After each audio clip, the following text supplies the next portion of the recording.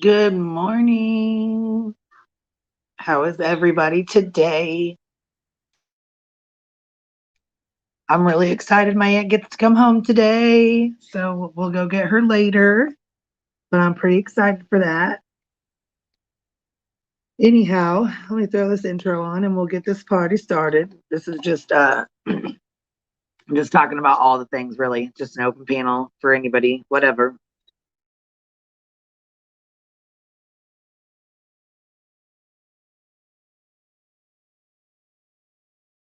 I got no love for the fakeness. If you wanna play tough and wanna hate this, I'll always show up. I don't ever slow up, no I don't take shit. I got no love for the fakeness. If you wanna play tough and wanna hate this, I'll always show up and make a statement. I don't ever slow up, no I don't take shit. I got no love for the fakeness. If you wanna play tough and wanna hate this, I'll always show up and make a statement. Pettiness, a reflection of the emptiness. Hilarious, you think you're worth my time, you're delirious. Mysterious, because you hide behind a fake exterior. Inferior, you know I'll always be a bit superior. Get off of me, this ain't no humble brag. I want you to hear words, you can say them back. I want you to feel free from the chains at last, and to believe in what you got, it was built to last, yeah.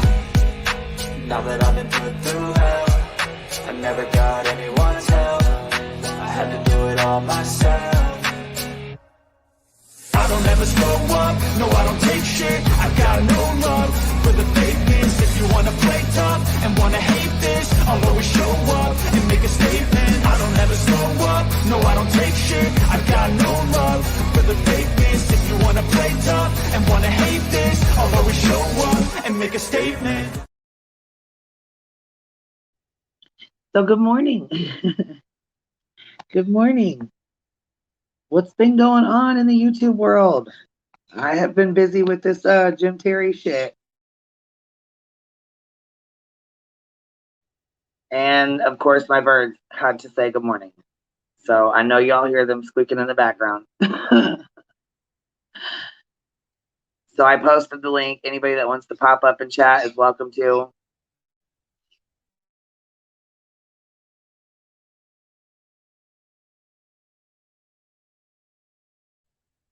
Yeah, I heard about a little bitch boy. I heard he was on there last night and Doc Sleuth Mom again on a police officer's channel. Really? I said, oh, officer, didn't see that one coming, did we? Yeah, okay. And Jimmy reached out to Ben. So, yeah, he pissed me clean off.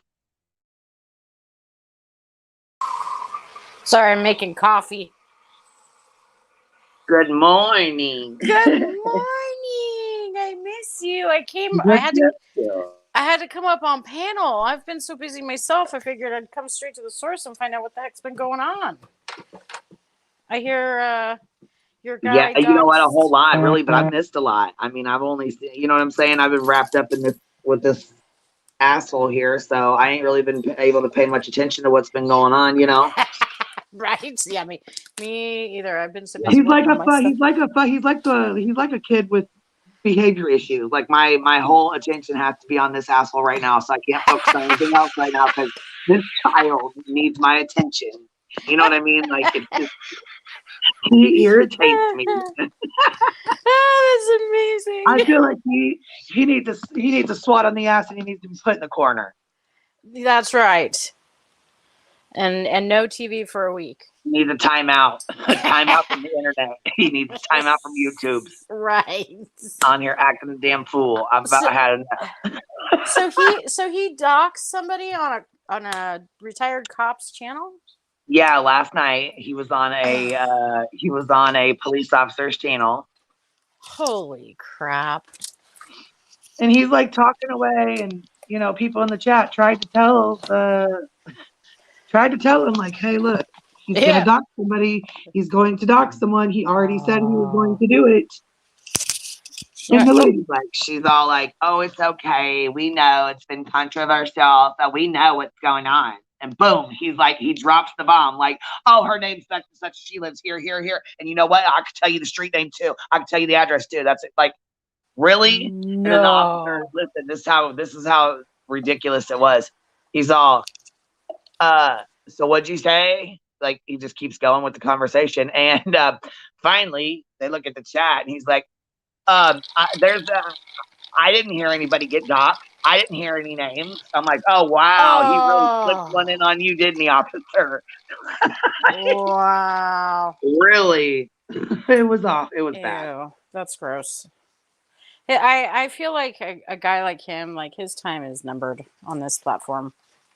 You know, there's so there's so many eyes on him right now. You know, and it's affecting real people offline. That I wouldn't be surprised if a family does. Well, he already got a cease and desist, but he's gonna piss off the wrong family. He's gonna get sued. What else has been going on? I miss you. Not much, really. I mean, I don't. Somebody here, Cotton Candy. I seen you were there, Cotton Candy. She said, Queen, I was watching after they ended the live, and someone put her docs in the chat at the end, and it wasn't deleted. Yeah, they acted like it was just no big thing. I'm like, what the fuck is wrong with y'all? Ew, that's gross. Can you hear me okay? Yeah. I'm using different headphones.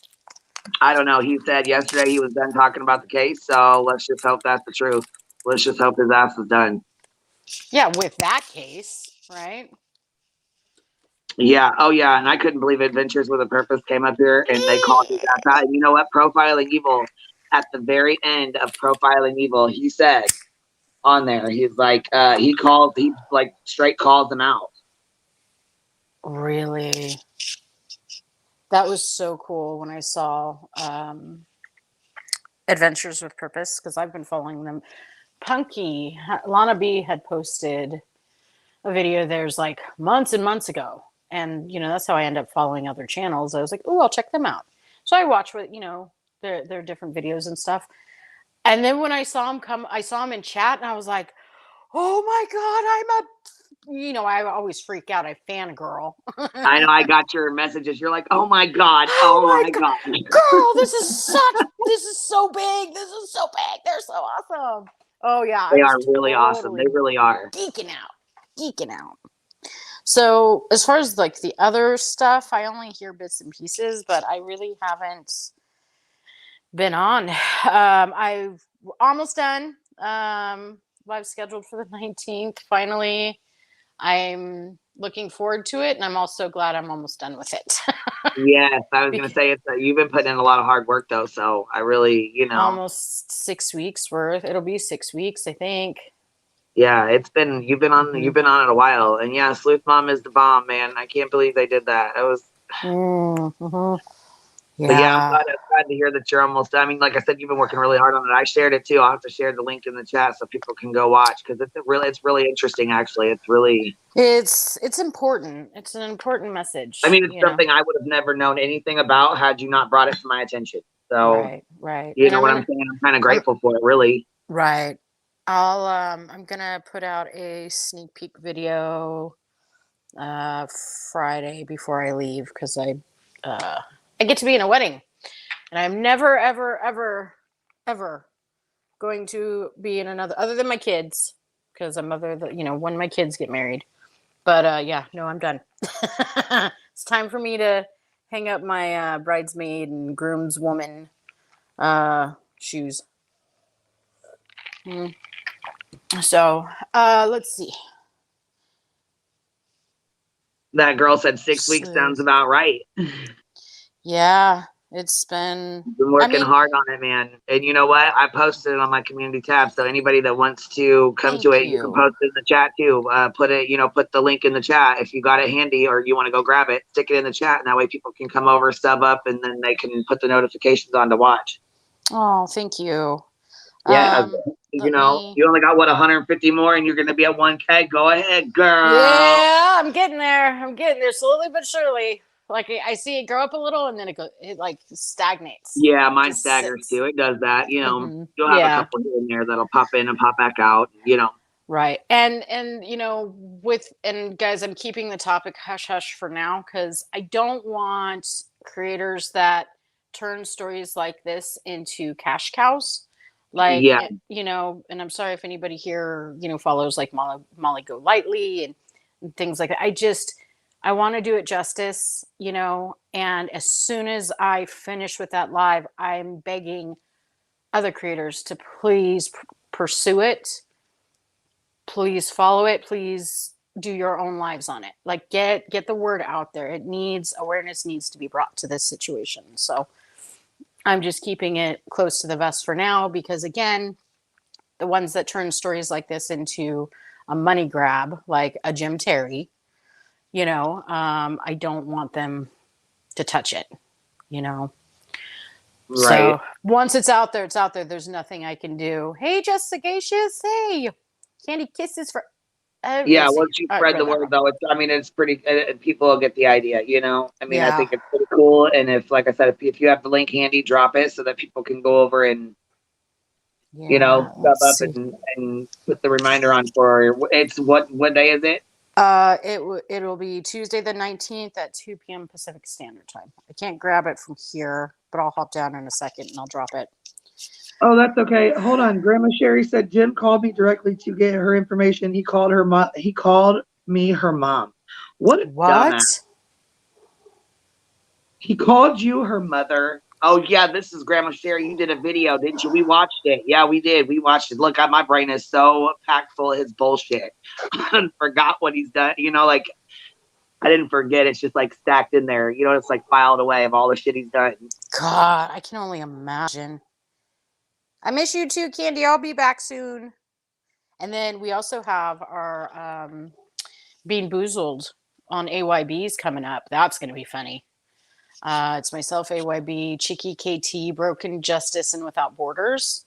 We all purchased the Bean Boozled game, and we're going to cam up, and we are going to play this game live. So we thought we'd bring some fun back to the YouTube streets.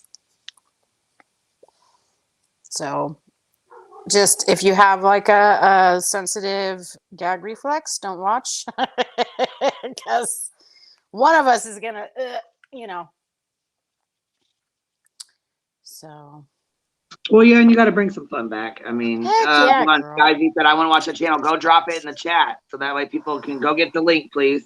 Oh, okay. I'm gonna hop down. I'll go Yeah, get it. because I was gonna say people want to. They kind of want to know what it is. And they want the link. They're ready. They want to come over and watch. Girl, come on now. I'm going. Okay. Well, I thank you for letting me up. I miss you, and I'll talk to you from chat. Yeah, you're welcome to come back up. Anybody can come up. All right, it's an open panel, so you know what I mean. Come back and chit chat. The link. You know what? Let me go pin the link. But yeah, make sure you drop that in the chat. Like I said, people want to. Yep, you got it. All right, chickadee. I'll be back. All right.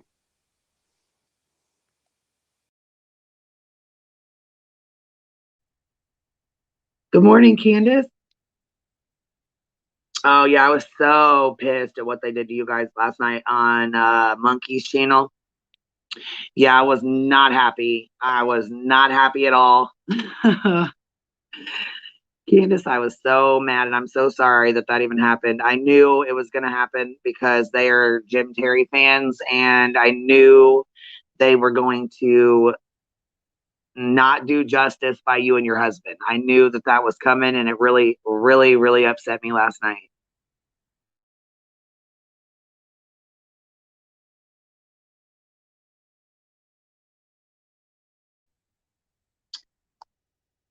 Grandma Sherry and Jim's mind, the entire country is populated by one single family. Yeah, and here we go with our spams.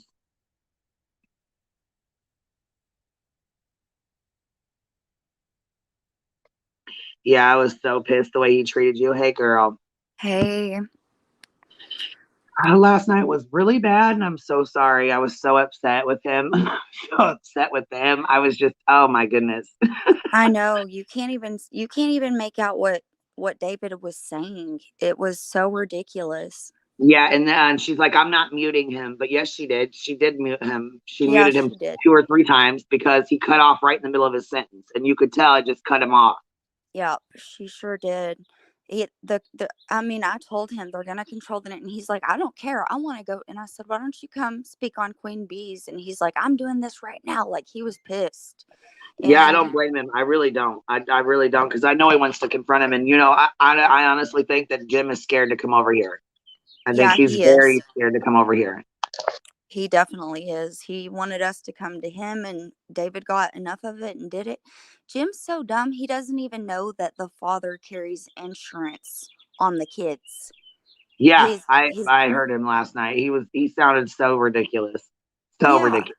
like, why don't you have some kids before you start looking for some kids so you can actually So you know what it feels sympathize? like when you start bashing a child and their parents and their family and all that. That's ridiculous. Mm-hmm. The way he was talking about your son really, really upset me. And I expected Monkey and her guest or whatever, Monk Mar, whatever she goes by. I really expected them to, yeah, they did David dirty. I really expected them to have a little more compassion and be more open with the interview. You know what I'm saying? Be more open about it. Yeah. Yeah, it was so sad. The connection was so bad we couldn't hear a lot of it. Yeah, that was the thing, is we couldn't hear very much of it at all. We really couldn't hear his, like, we couldn't hear what he was saying. It was really bad. Yeah. Am I clicking again? You just were, but it's not.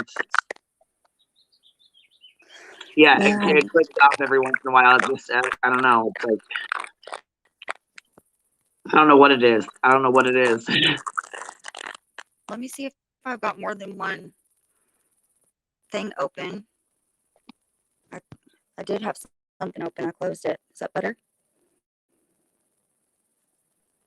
Yeah, that's okay. Yeah, Grandma Sherry, I was really pissed about that. They let him continue to talk about David after he dropped off panel. They continued to let him go. Yeah, he was dropping the R word and all sorts of stuff, and those women were, oh, be nice, Jim. Oh, come on, Jim. That's another reason why he won't come up here, because he knows we would check the shit out of him. He would not be allowed to be talking like that. No, you ain't gonna do that. Not over here, you ain't. Exactly. And David said he would come to your channel and clear everything up if you would let him. Like, yeah, that's how, like I said, your story's on here. Your story is on here, and the stuff with Jim. Hold on, I was gonna say, I'm gonna mute you real fast while it's doing that. Just real quick. I'm just gonna put it on real fast, so that way you know it's on there. But the clicking sound is coming back in real bad. But anyways, he's welcome here anytime. I knew the way the way he was being treated. First of all, he sat there and waited. He was very polite, very patient, and he waited like 45 minutes to get up on panel, for one. And for two, when they let him up there, they were disrespectful as hell. Well, not them. They allowed Jim to be disrespectful as hell. And then he's all, let me get some backstory. Well, the backstory is over here. Your story with him is over here. And all the stuff with him is over here. So they had no idea what was going on. And Jim got to run with whatever narrative he wanted to run with, which was your son was under a bridge and hated you, which is bullshit. And that's a lie. We knew it was lies.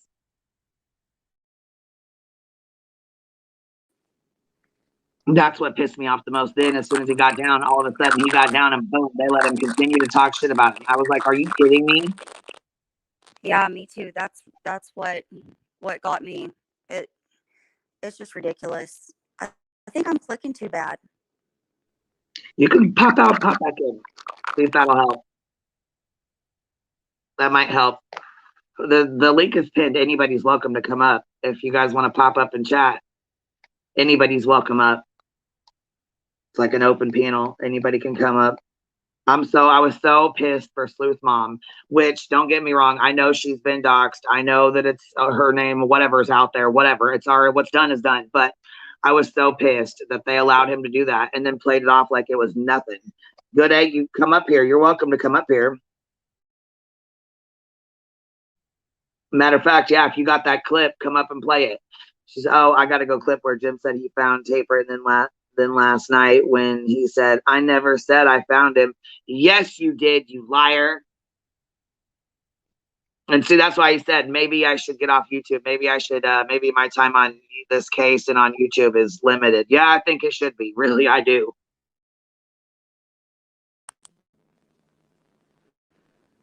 Hey, Garrett, is it better? No, it's horrible. But yeah. Oh, it is. I don't know what's going on with it. I don't know. I don't know either. I don't know if I need like a headset or something. But yes, we have a clip of him saying, "I found the asshole. I found him." And then he wants to say, "No, I never claimed him as a success story. That is bullcrap." Yeah, he did. Yeah, he did. Yep. Oh, good eggs getting suntan today, girl. She said, I'll go look for it. I might jump up later, but I'm outside. The sun is like melting my phone. Hey, Kiki, how are you, girl? And I've got it in my messages too. I've got the whole clip part.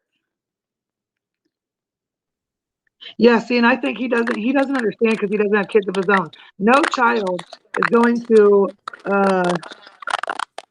hold on. Frank said I'd come up, but I don't want to cause any more stress for Sleuth Mom. Candace, are you using mobile? Mute when you're not speaking.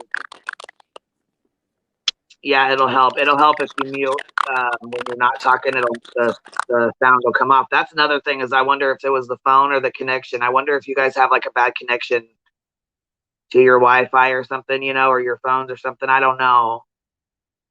But it was bad. Like you couldn't understand David at all last night. And then when he was muted, it was terrible. So like I said, I mean, Jim got to run with his narrative and say everything he wanted to say.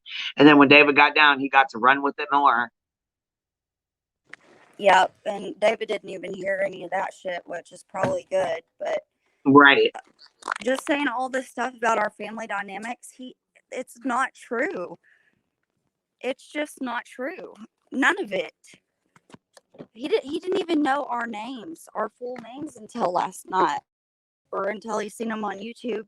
So why in the hell would he say David has a crack background when he has never even seen it? You know, he don't know. it's just ridiculous to spew lies on people like that just and run with it.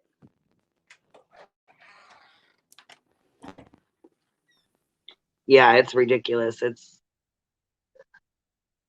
I couldn't believe that they were allowing him to do it. But then again, like I said, a few channels, he's reached out. Now listen, he's the one reaching out to these channels. They said last night when they were sitting there talking, the officer said, Jim, you reached out to us. So yes, that is what's going on. Jim is reaching out to these other big channels. And that's why he's okay. So last night on Monkey Mom, he's like, oh, how many people did you have in your chat when I contacted you? And she's all 33, 32. He's like, how many people you got in here now? And she's like, 322. He's all, oh, you should have me on more. No, not at all. People come to watch the shit show and the train wreck. Exactly. I saw him and then talking about himself more and more and more and more after we got off. It's like, dude, shut up.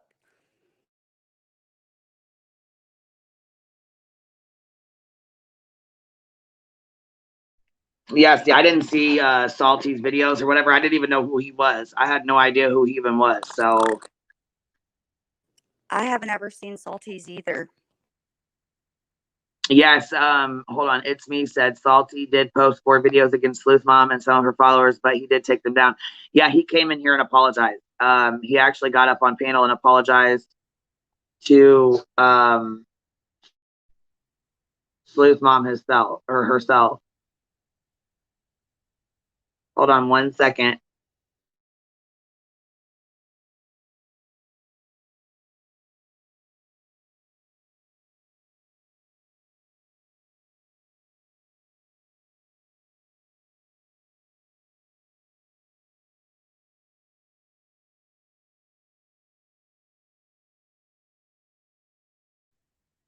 My little friend is here, and I heard this little tap, tap, tap, tap, tap, tap. And I heard it again, and it's them at the door. Give me 1 second. Salty came up here with Laura and apologized on my panel to Sleuth Mom herself. Sleuth Mom was up here. And yeah, True Crime with Shannon. We've been talking about him on and off. Yeah, we just.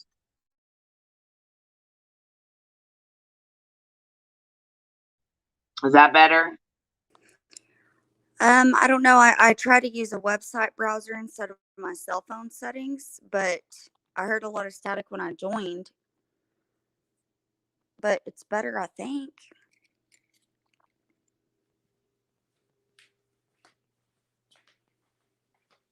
It sounds better. I mean, it sounds better to me. Okay, I'm gonna have to figure this out. And then the videos before, that was great. I think those people were absolutely just petrified. They had him on.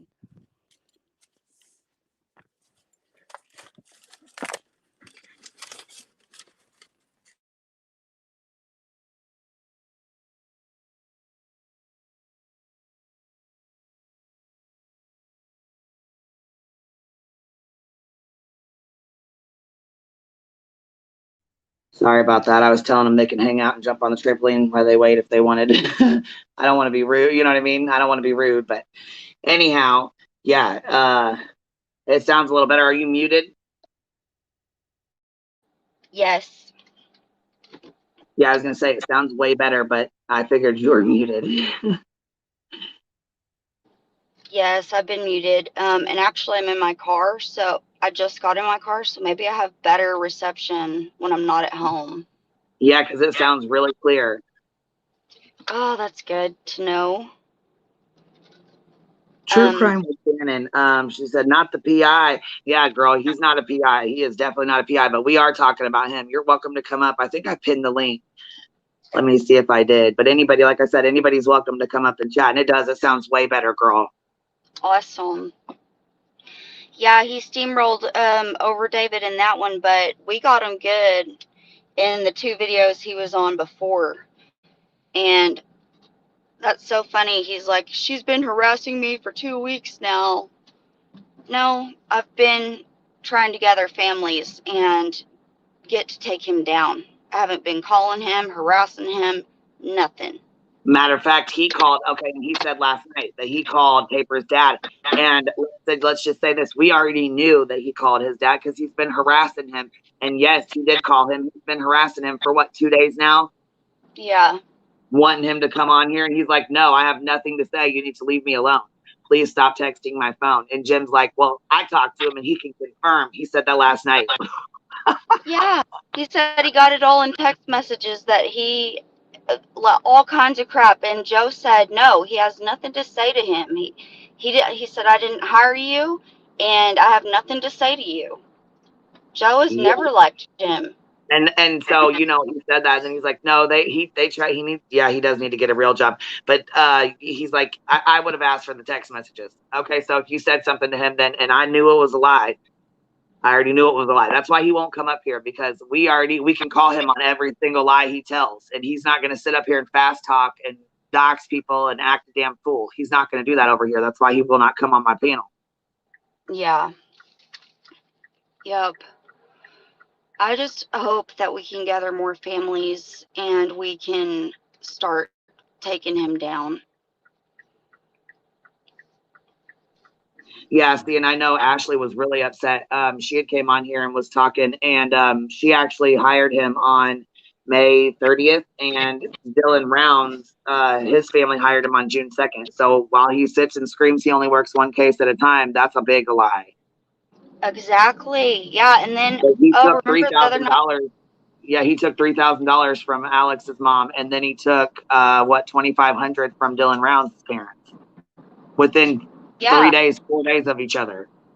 And so because the media, or I wonder what made him change his price to Ashley. He must have found off they're well off, and he charged them $4,500 or $4,000, whatever it was. $4,500 is what he charged because he said they owe $1,500.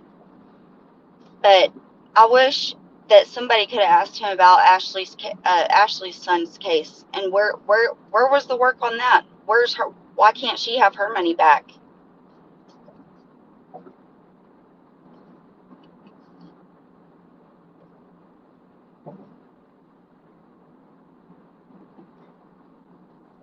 Yeah, the police refuse to work with him.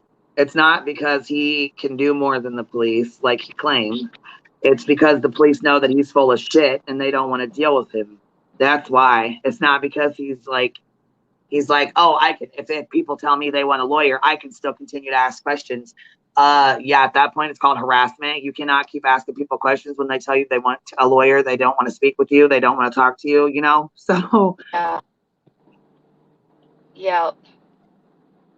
He just did nothing but I kind of felt a little bit defeated as I was going to bed last night, but now I've got a big fire under my ass. He's going down. I'm calling the IRS, FBI, every damn freaking thing in every freaking state I can. Game is over for Jim. Hold on, I'm going to let you up here. I'm just going to put the screen up just to make sure we don't have any mishaps. You know what I mean? So give me 1 sec. I'll let you up here. Do you want to be on camera, or do you want to turn the camera off? Me? Yeah, your face is showing. So before I drop the screen, if you want to shut your camera off, you can, or you can leave it on. It's completely up to you. Yeah. I just don't know if you want me to be a part of it. That's why I'm trying to figure this out. That's okay. You're welcome to be up here. Yeah, go ahead. You're welcome. Do you want to stay on panel before when I drop this? Do you want your face on the panel, or do you want to turn the camera off? It's up to you because you're the one that's in charge. But I mean, I would like to be. Well, yeah. I just don't want to have any peen bombs. That's the only thing I'm worried about. No. You're not to worry about anything wrong. I just want to know. That's all. Oh, okay. Yeah. Go ahead. Yeah, you're fine. Go ahead. So what do you want me to do? It's up to you. If you want to stay on camera, that's fine. I'm going to take this banner down, and then you can go ahead and join the conversation. Okay.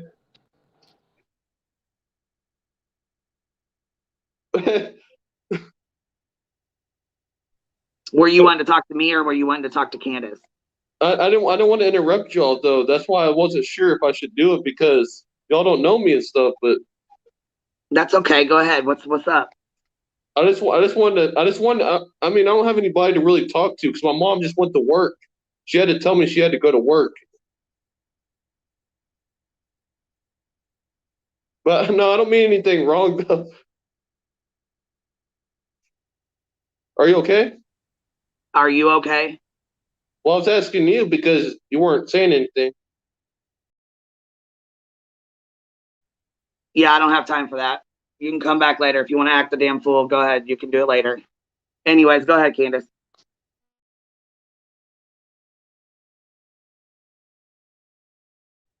Yeah, if that wasn't weird and you wanted to show your face. Okay. That's yeah. At least we didn't get a peen bomb. That's all. That's all I'm Mason. Hey, sorry, I was ordering coffee. No, you're fine. That's okay. I'm not sure what this is about, but I'm not dealing with it today. I don't have the patience to deal with it today. I don't have the time to deal with it today. I'm just not going to deal with it today. So Yeah, if he wants to come back later and chat, that's fine. But I have no interest in chatting with someone who is talking about their mom going to work right now.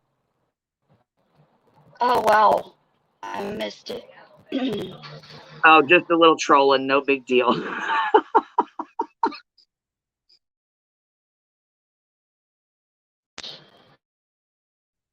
Not today, Satan. Not today.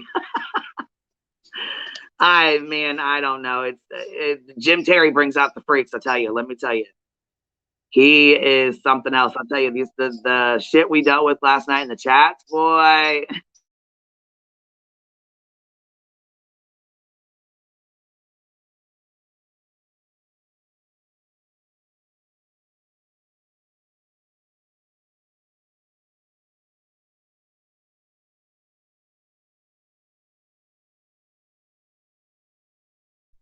Oh, she must have fell off again.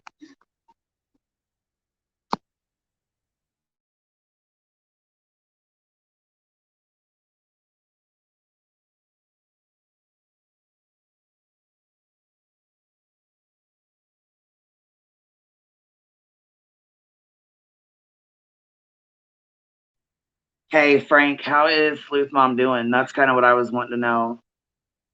And yeah, that girl, you know what? I watched some videos this morning on the Dre McCrae situation, and I really feel bad for his family. Her husband is, laying in a hospital, and his family is not allowed to be around him or see him, and that's really sad.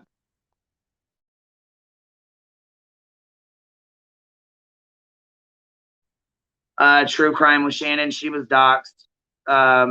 on the Mob Crew channel, and last night again on what is that channel last night that he was on? I think it's like something about arrest or something. I'm not sure. It's the police officer's channel, and he had Jim on yesterday, and Jim was sitting there, telling him the story, and in the middle of it, he's like, "Everybody knows Sleuth Mom. Her name is da da da, and she lives da da da da da da da." Failure to stop. That's what it was, or failed to report, or something. Failure to stop, something like that. Failure something, and it was horrible. It was, like I said. I mean, I believe they edited it out. Hopefully, they did. I hope they did. That's all I can say is I hope they did.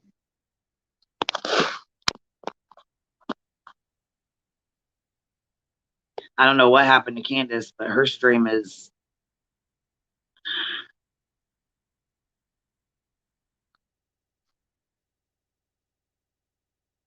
What's up, AYB?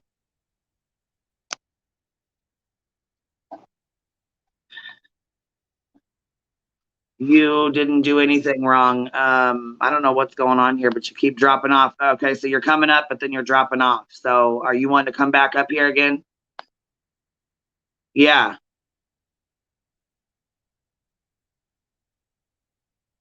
You know what? Put in the private chat what you want to come up here for. And I know you know how to write in the private chat because you just did. So go ahead and put in the private chat what you want to come up here.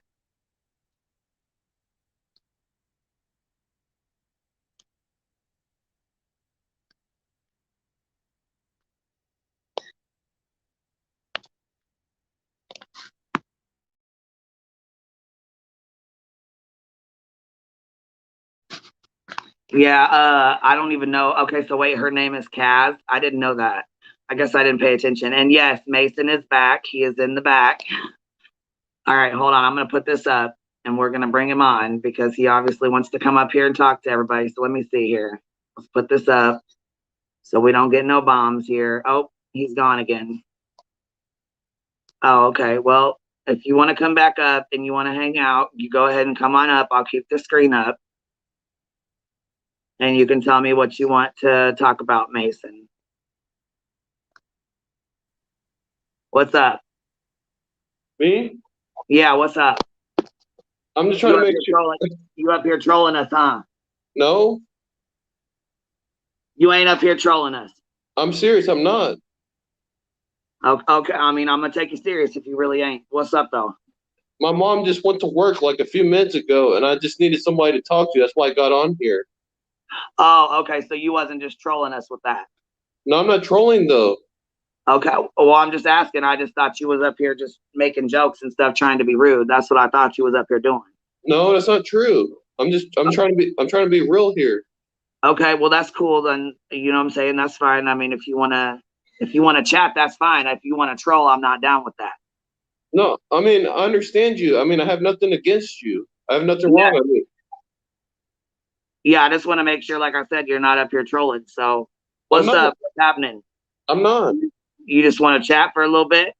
Yeah, if that's okay with you, though. That's what I was trying to figure out.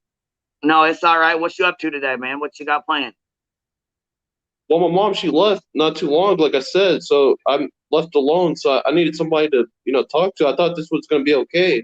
Yeah, it's all right. If you got something you want to talk about, yeah, pop on up. What's up? What you want to talk about?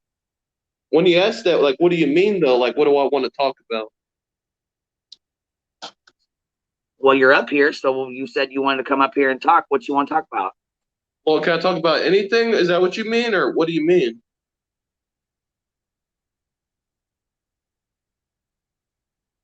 Yeah, go for it. Go ahead. Oh, I mean, I don't want to. I don't want to break up with the like. I don't want you to get out of the conversation you're having with somebody else if I'm going to come in here, though, because that's not what I'm supposed to do, right? Yeah, it's all good, man. You didn't interrupt anything. It's all good. What's up? I mean, I'm really sorry if I did, though. I don't mean to. No, it's okay. It's all right. You didn't. It's okay. What's up? I just wanted to chit chat. You know Jim Terry? You know who we're talking about? Have you heard of him? No. You've never heard of him? I never heard of him. I never heard of him. Yeah, he's been ripping off families that have missing people and missing children. So that's who we've been talking about because Oh, he's okay. ripping these families off, So we've Yeah. been really like, trying to call him to task. Matter of fact, because he's really hurting families. He's hurting a lot of people. And the woman that was up here, her name is Candace, and her son went missing. And Okay. yeah, he went missing. And so they paid this man to help them, and he did nothing but damage and, caused them a lot of heartache and a lot of hurt. Okay. So that's what we're up here chatting about. So I just thought you maybe knew who he was. No, I don't know who that is though. Hey, Jed, what's up? Hey, what's going on? So who do Nothing. we We have? got Mason. We got Mason up here. Hi, Mason. Nice to meet you. I'm I'm Gen X. just trying to be nice here. That's all. I don't mean anything wrong. Okay, cool. I just want her to be comfortable with me. The other person that talks. Okay. Yeah, I'm comfortable. I'm cool. But her phone dropped. She was having connection issues. So really, it's just me and you up here. And then, Gen X just came up to chat. So just me. I mean, Everybody but Gen X. Sorry, it's an inside joke. So what is your name? I go by Queen B. Is Queen B? Yep, that's what I go by. Yep. No, but you don't have a real name though. Like I do. Mine is Mason. Okay. Yeah, I don't go by my real name up here. I go by Queen B. I didn't know that. So yeah, yep. Mason, when you come up onto a YouTube panel, you don't want to give your real name, okay? Well, I thought people do that though. No, it's called doxing yourself. That's called what? Doxing. I never heard of that. Yeah, you don't want to give out your personal information, okay? So give me putting my name on here. That's wrong. It's just you want to be careful. People like the person that they were talking about, when you were listening, that PI. I don't know if you heard them say he doxed someone. I never heard of that.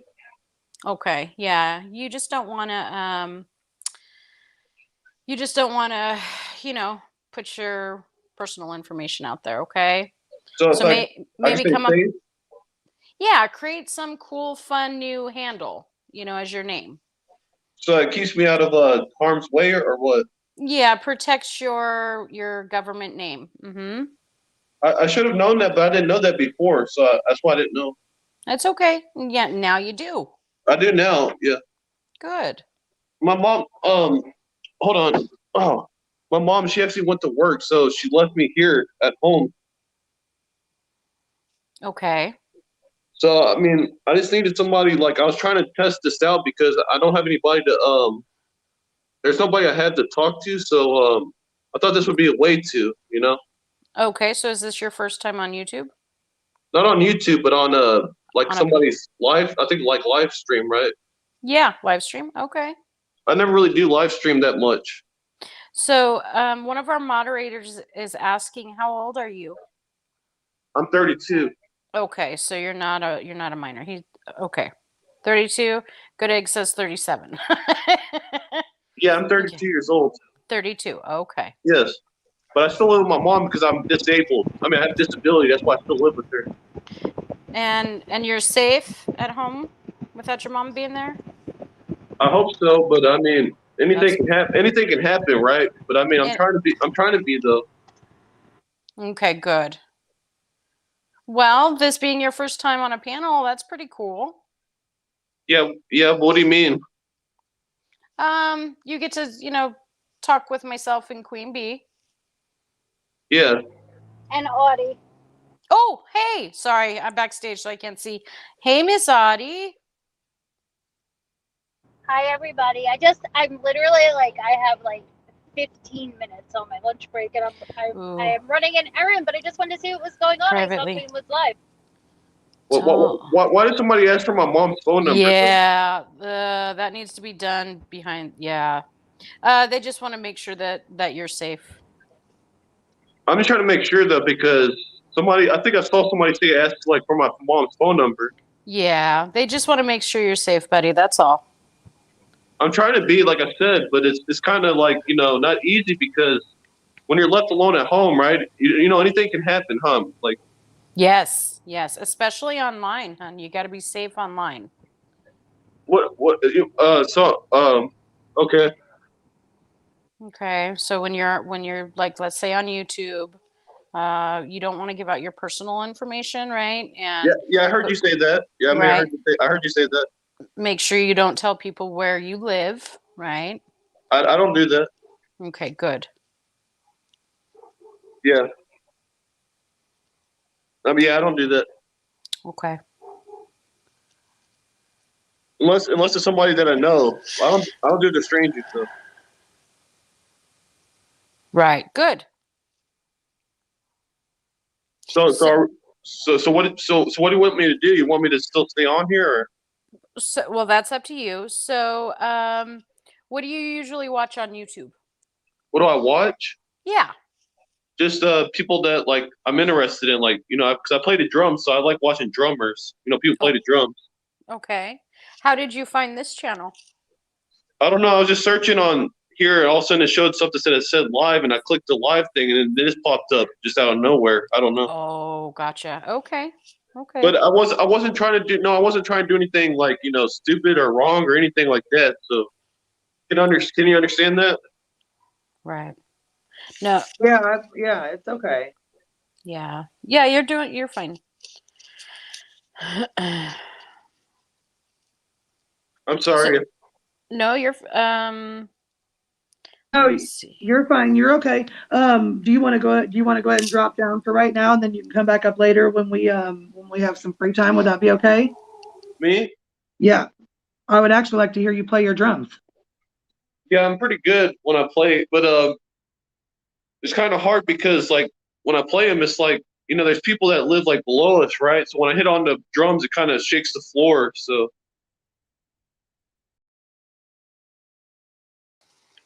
I hit the damn done button on accident.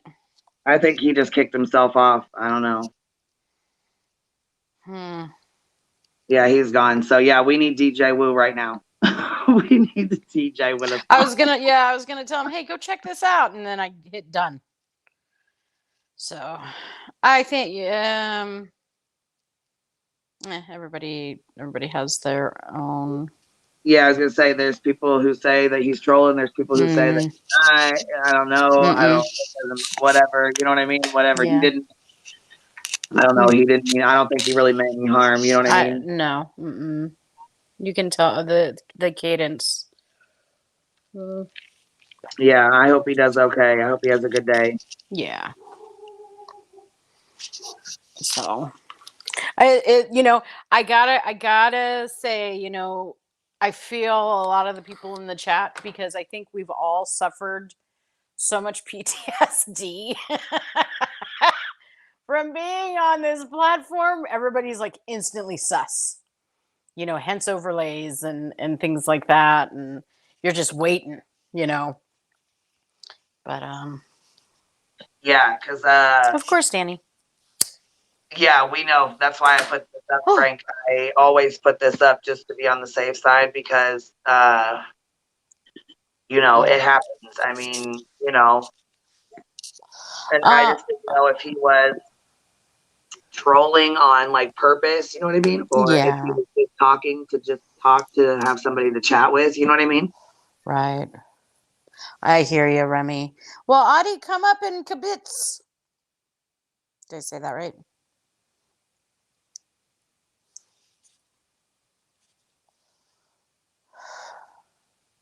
Oh, crap. Oh, I can't mod from here. Get him. Go, NorCal. I got him. I was I got him. I got him. Bop, bop, bop. But isn't it, you know what? That's right. Savvy. Look, Savvy Veggie said, I feel like I'm in the Twilight Zone. QB never disappoints. Never disappoints. What's up, Naughty Audie? What is happening? I felt like a fish out of water, no pun intended. I was like, I just don't, I came on and I was like, oh, good, Queen's Life. And I thought, I didn't know what you were talking about. Like, I didn't know what the topic was. So I was like, I'll jump up on panel. I'll get the rundown from Jen and Queen, and I'll just listen because I have a little bit of time on my lunch break. And then I saw that like something was happening. And I was like, okay, this is, I have no idea. I don't want to be inappropriate. So I'm going to jump back down. But I just didn't know what like, are we talking Jim Terry? Are we talking Dre McCray? What are we talking today? Anything really. I mean, we were Jim Terry. We were talking about him. We were talking about Gen X's channel and the live that she's got coming up. Yeah, my girl Audie and Hope are helping. Exciting stuff. Yes, we are co-hosting. Miss Oh, Audie. yeah. Oh yeah. Oh yeah. Oh, and Lots of good Louisiana things. Girl. Hey, I just want to tell you, I think you're a badass for going up there last night and showing your face, even though, like you said, you didn't feel like you were at your best. You still went up there and showed your face and stuff and talked to them. And you know what I'm saying? I missed a little bit of it. I don't even know what all happened, but I caught a little bit of it. And I just wanted to say, I think you did a good job up there. Oh my God. What happened last night? Where was that? Oh, there was so much stuff going on last night, and then I just said I gotta go to bed. That's sorry, I had to. Every night. I was like, there's so many people live. I was like, it's my husband's last night home for like a while, so I was like, all right, I have to put this. Like, I cannot participate anymore in the. like, I have to put this freaking app away. It's great though, because I'll run across her in chats and she's like, okay, I'm done. And then 10 minutes later, she comments again. I know. So like, so if I see that girl in the chat, I'll be like that, because for some reason, like when she says like, all right, Audie, enough, then I'm like, okay. I don't know why. I feel like I have to listen. So I always say like, okay, if you see me coming again, give me a little spanking so I put this damn phone down. I don't know what like comes over me when I just feel compelled to share what's on my mind at that moment.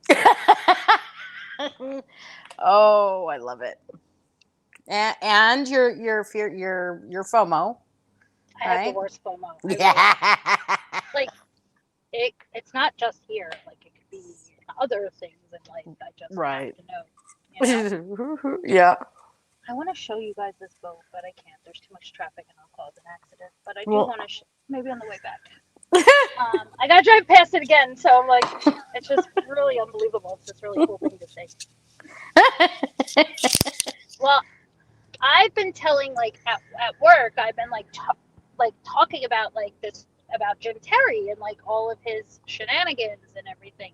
Has anything else happened, Queen, since like I saw about, I forget whose live I was watching, where I think it might have been Laura Perplexed was talking about him giving money or refunding money, but it was like a larger sum of money to, it was the same channel that you had tagged the other night, and I'm so sorry, I cannot think of the name of it right now. Adventures with a Purpose. Yes. Okay, so basically, so he took on the case for of Jed Hall, which Good Egg can explain it a lot better, but she can't come up right now. So I'm going to give you the basic rundown of it. Jim Terry took on Jed Hall's case, and he said he swore that Jed Hall was still alive and was alive right now. I don't know who you are, and you haven't been in the chat, so I'm not going to allow you to come up here.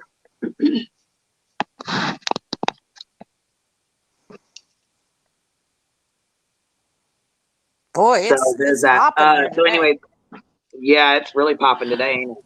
Mm-hmm. Hold on, let me go ahead and chat for a minute. I'm going to go grab the Chromebook. Hold on. Okay. So what else you up to, Audie? And Jessica, if you want to come up, come on up. I'll let you in. I see that you're up here trying, and like it, you pop up, but then you pop back down. So I'm trying to let you up, but it won't let me. You keep leaving before I can.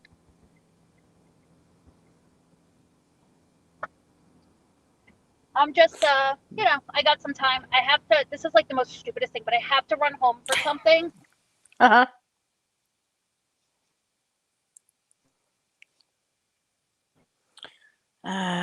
That's a good, that's actually a really good tip, NorCal. So like How do you use a robot? I'll come back. Can you hear me? Now I can. Now I can't. It's gonna be the Gen X show for a second. Right? Savage Babbage.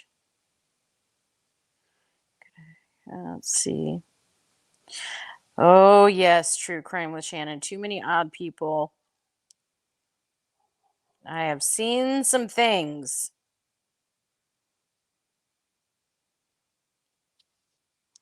Let's see. Oh, bad spot. Audie says bad spot. So she'll be back. Is this any better? Oh. Yes. Okay. So, okay. Hey, Solo. Oh gosh, now I probably have a lag. What is the name of that other channel you guys just mentioned? The one that Queen was going to tell us about with that case? Adventures with Purpose. Thank you. Adventures. I don't know why I'm having such a brain fart to that. I just am having a hard time remembering that channel name. Well, you're driving and you're on a live. And I'm kidding. So, just AWP. To state a disclaimer that am I roboting again? No.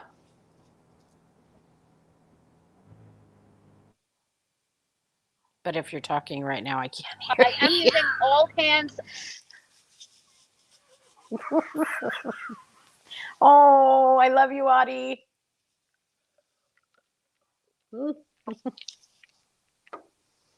Bye, Audie. I'm sorry. Oh. Hey, Louisiana Girl, what's up? Hi, how are you? Hey, girl. I got the banner up, but I can put it down if you want me to. I know you're real. She reads. Oh, it's me. Hello. Hi. How are Hi, you? girl. Good. How are you? Oh, we've got the banner up, huh? So we can't see. I'm Gen X. Hi. Hi.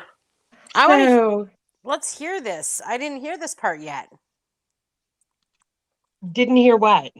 What happened last night? Everybody's cheering you on.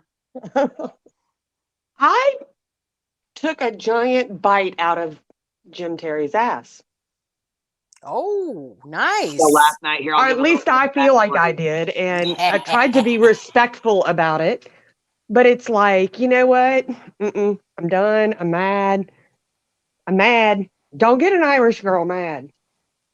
Oh, yeah. So I don't know. I don't know if it was what I'm sure I'm going to be the next one he officially comes after, but I don't have anything to hide. Don't care. Right. You want to see my nasty face after I've been working out in the yard all day? Fine.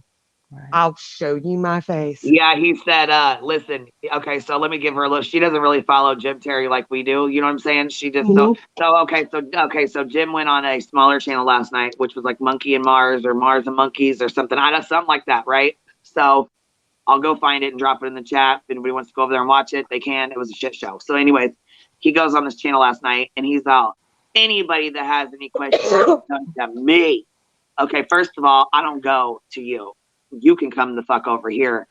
And he knows that, but he's scared to come over here. He goes over to this other channel. He tells people to come over there. Louisiana Girl's like, fuck you, and goes over there. So she gets up on panel.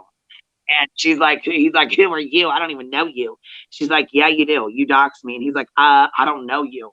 She's like, well, you doxed me. And he's like, what did he say? You want me to dox you or something. Something along those lines. And he started getting cocky and go ahead and take it from there, girl. Well, I mean, I just told him, I was like, no, you didn't directly dox me because you used your the man that you manipulated to dox a Facebook group. All I did was join a Facebook group of a missing person. And he was like, oh, well, that's enough. And I was like, dude, really? Wow. Really? Okay. And once again, I don't know you. I can't see your face. You want to hide. And so I turned on my camera. Here I am. Yes. here I am. Oh, that's amazing. And then I asked Monkey very, very pointedly, why are you entertaining this? Why are you giving this monster who is abusing people and families a platform? Why? Right. I don't get it. I get Doug. Because Doug is nuts. Right? I get that. Right. These other platforms, I do not understand. Yeah. I don't understand. Wow. Yeah. But There's a couple creators. There was one yesterday or the day before saying that she was going to contact, she was good friends with him and she was going to contact him and give him all of their information. And I was like, oh, no, don't do that. no. No. Not a good idea. And this person says that he's a big guy. And all I can think of is it sounds to me, after everything I've witnessed, he's got this little man syndrome. That's the way he acts. Because that's why maybe it's the other man that's tiny. Right. I'm sorry. Did I say that out loud? Oh, oh my gosh, you're so fun. Oh my goodness. I don't know, y'all. And part of me feels really guilty because, Sleuth, I couldn't see Discord while I was on panel, and she was like, "Don't bring my name up. Don't do it. Don't do it." And I did. Oh, I ranted. I ranted. Right. I was on a rant. Well, yeah. It is what it is. It happens. Now I see Candace Howard. He's on the East Coast somewhere, Eastern time. Let me see. Jim worked with other girls and they doxed Louis. Yeah, the one on panel. Jeez. Oh, great. I've been doxxed. Awesome. Wow. He's on the East Coast somewhere. Let me drop down, guys. I haven't even had a chance to check out the streets. So let me see what's going on. Absolutely, for sure. Well, it was really nice meeting you. Nice to meet you as well. Y'all have a good one, Yeah, I okay? was gonna say, I don't think she meant like you were doxxed now. I think she meant like before when you were talking about you were doxxed, because I never seen it. And I've seen everything. So I didn't see it. I never seen your dox. I didn't see him dox you. I never heard of him doxing you. But then again, I missed all of the stuff with Salty too. I didn't I guess he did a lot of stuff too. So I missed all that. I didn't see that at first. So apparently he like went after you guys, all of you guys in that group, and like I said, he came, actually, Salty and Perplexed were up on my panel, and Sleuth Mom was up here as well, and Salty apologized to her.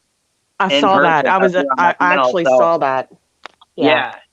So I just thought that you know what I mean? I thought that I thought it was done and over with. I thought he apologized and they had moved forward, Well, I was referring to that original docs. And I forgive Salty. Like, I get it.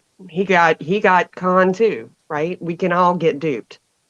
Right. But Jim's part in putting him up to that?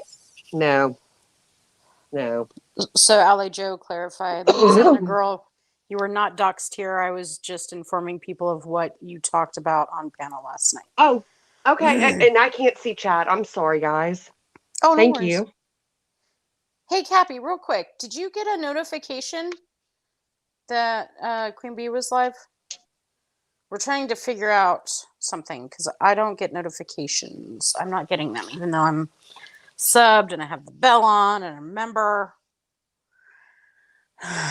YouTube is being weird about I have several channels that's happening with. Yeah. And I don't know why. Yeah, I've noticed. Hey, good Ed. What's up, girl? Hey.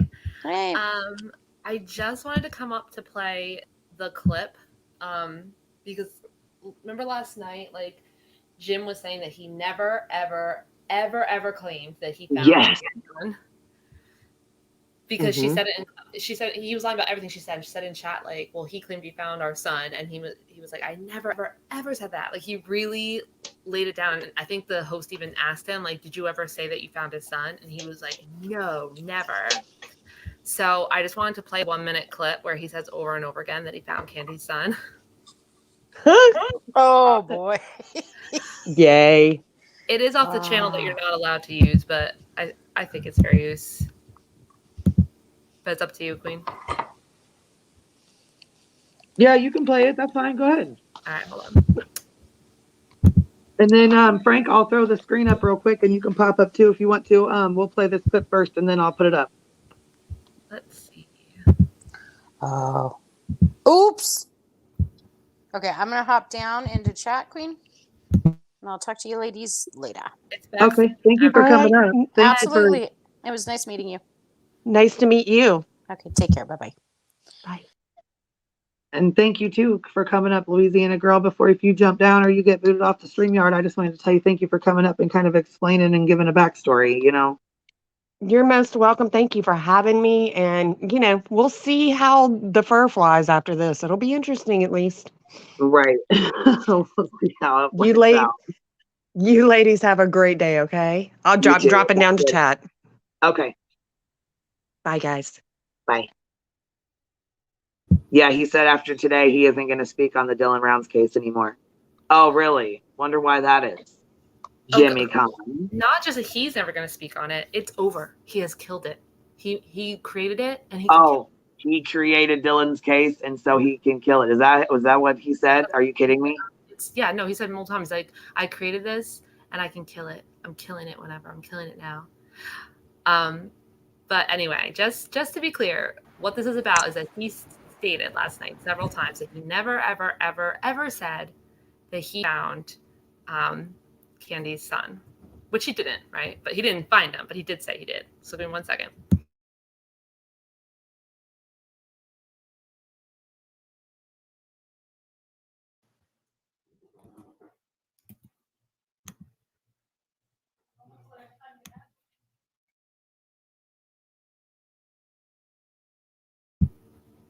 Oh no, I'm sorry. Okay, this is the wrong one, but I'm gonna fix it. Cappy's up here now, so just ignore me while I fix it up. What's up, Cap? What's up? What are you doing? Yeah. Girl, we're just chit chatting and chilling, shooting the shit here. It's been a wild stream already. I roll in here like an hour late and like didn't know you were live, and then Gen X is like, "Did you get a notification?" And I'm just like, my notifications are never on, dude. Ever. I got a notification. That's how I knew. Yeah, I always have them off. Yeah, I like didn't even tell anybody. I just popped it on. I was like, you know what? I'm gonna go live for an hour or so, just talking shit, just to see what's up. Just talk all. Look, and the title. I said, let's talk all things. That's why we're having all kinds of different people coming up in here. Because everybody's got to check in. Let's talk all the crazy YouTube stuff, and then I tagged, or I didn't. I hashtagged like true crime, and then Jim Terry, so we know that's so people kind of have an idea of what we're talking about. I guess. That's funny because like everybody's got to check in. You know what I mean? See what all things are about. We're like, oh my gosh, where's the DJ when we need us a good song? Right? Shit. No, yeah, like, girl. No, and I wouldn't have known that either because I just barely put Messenger back on my phone, and I didn't even check like my Messenger yet. So I wouldn't have known that you didn't tell us yet. I just manually check your channel every now and again, see if you're live, and then you're like, hey, little Diddy, I'm sending off those good vibes to you. That's how you knew. That's how I knew. I'm serious. With like the little spirit fingers. I don't know if you can, if you know what I mean, but like when your fingers like twinkle. Yes. And True Crime with Shannon. Yes, I do have a picture of Kurt and Karmic Vibes. I honestly, truthfully, and this is only my opinion, I don't think Kurt was involved in it. I think he really genuinely was a friend of Dylan's. I think that he genuinely cared for him like a father figure. I don't think they had any sort of relationship together. I think that is a bold-faced lie that Jim Terry made up himself to, incite bullshit. That's all.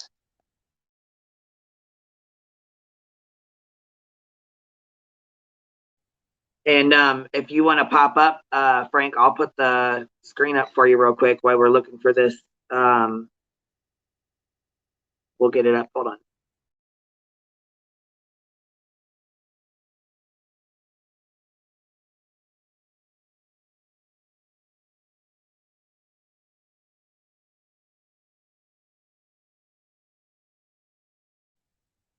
Yeah, so many lies on top of lies. Did you see last night, Cap? I know you get busy. Did you see last night that he was on 2 different, maybe 3 different channels last night? I believe there was 3. He was on he was on Doug's, and he was on Monkey Mars last night, and then he was on the Failure to Stop or Failure to Yield channel with the officer. And so when he was on there last night, he actually like doxed Sleuth Mom again. And people were trying to tell him in the chat, like, look, he's trying to dox Sleuth Mom. He's going to dox. He already said he was going to. This is, you know what I mean? This is what's going on. And he's all, and his co-host, which I don't know who she is or if she's a part of the show or not. I really don't know, but she's like, listen, guys, we know what we're talking about. We know how controversial this is, and we know what's going on. Obviously, they had no fucking clue, because at that point in time, apparently, like, mom's name is da da da, and she lives at blah blah blah blah blah blah blah blah blah. Oh my Put her full name God. out, first and last, and her address, where she lives, the town she lives in, her street name, all of it. No. Yes, he did. And the officer's like, I didn't hear him dox anybody. I'm like, oh, officer, he got that one right on past you, didn't he? That chick also said, wow. Earlier, she said this was her 5th. This is only her 5th podcast ever. But then later, she's like, guys, we know what we're doing. Oh yeah, I can tell. Okay. And then you know what I have to say? Give those props to the cop's wife. Like, because the cop was like, I really didn't hear anything. Like, oh, a name, who cares? And then he said, I just got to text my wife saying that you did give someone's name in their street, but not Frank, you up here?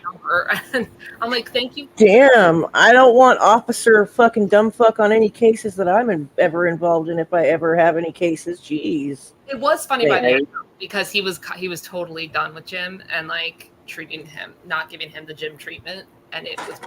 Okay, I'll take back Officer Dumbfuck. I'm sorry. Maybe he was a nice guy. I didn't get to watch that stream. He tried to be nice, but he's like, I mean, it just was like, okay, so hold on. This is not you then up here. This is so let's remove this. I have something for that. Sucks, dude. I'm sorry to hear that, Sleuth Mom. Okay, I'll be frank. Okay, so hold on. Are you up here, or because you just said, hold on, you just said your internet's not working. So I have somebody up here by the name of I don't even want to say it because I don't know who it is. You know what I mean? The name. But you're not in the chat either. So I haven't seen your name in the chat. Go in the chat. Go ahead and chat first before you come up on my panel. You need to be chatting first. Does he got you on Messenger? Tell him to hit you up on Messenger. Nope. And it's random, so no. Nope. Okay. I'll go put it in the inbox.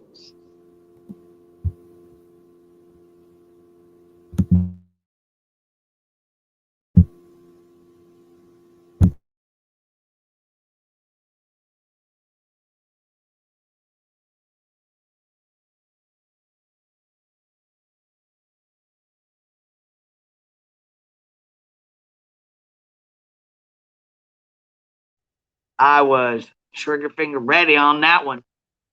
Because I have no idea. Oh, you got the screen up? Is it ready? Is it time to do this? It's totally ready. It's 1 minute. Okay.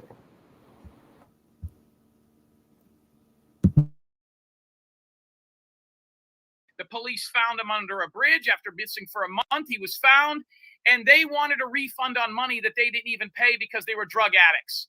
They wanted the money back. And I says, okay, your son doesn't want to come home to you. We found him. I don't know if you'd have felt better if he was found dead. So her boyfriend or her husband, who was never part of the case, called me, and he says, send us back the money. And I said, well, first of all, you didn't pay me. A sponsor did. But if you have the sponsor call me, who paid me, I'll talk to her. And I'll explain to her that your son went missing on purpose and just doesn't want anything to do with his family. That's not my fault. If I find somebody and they don't want to come home, you don't get a refund. That's not how it works. I found the asshole. He hated his mother. He hated his mother's boyfriend or husband. So I found him. They didn't interview the boy's father. They didn't interview the grandfather.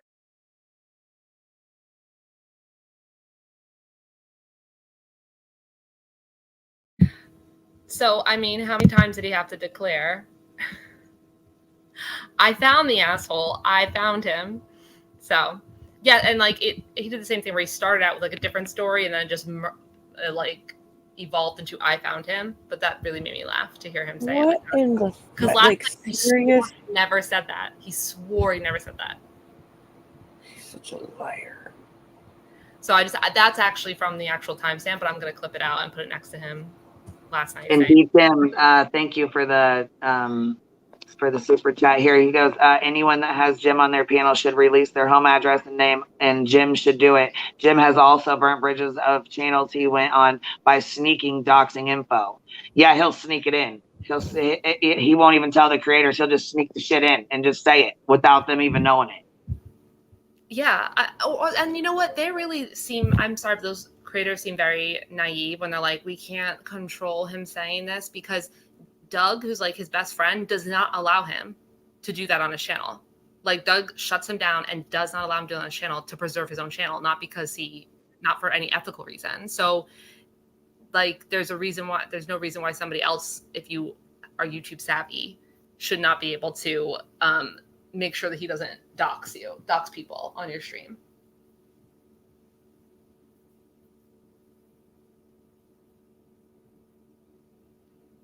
This is how we talk about the missing.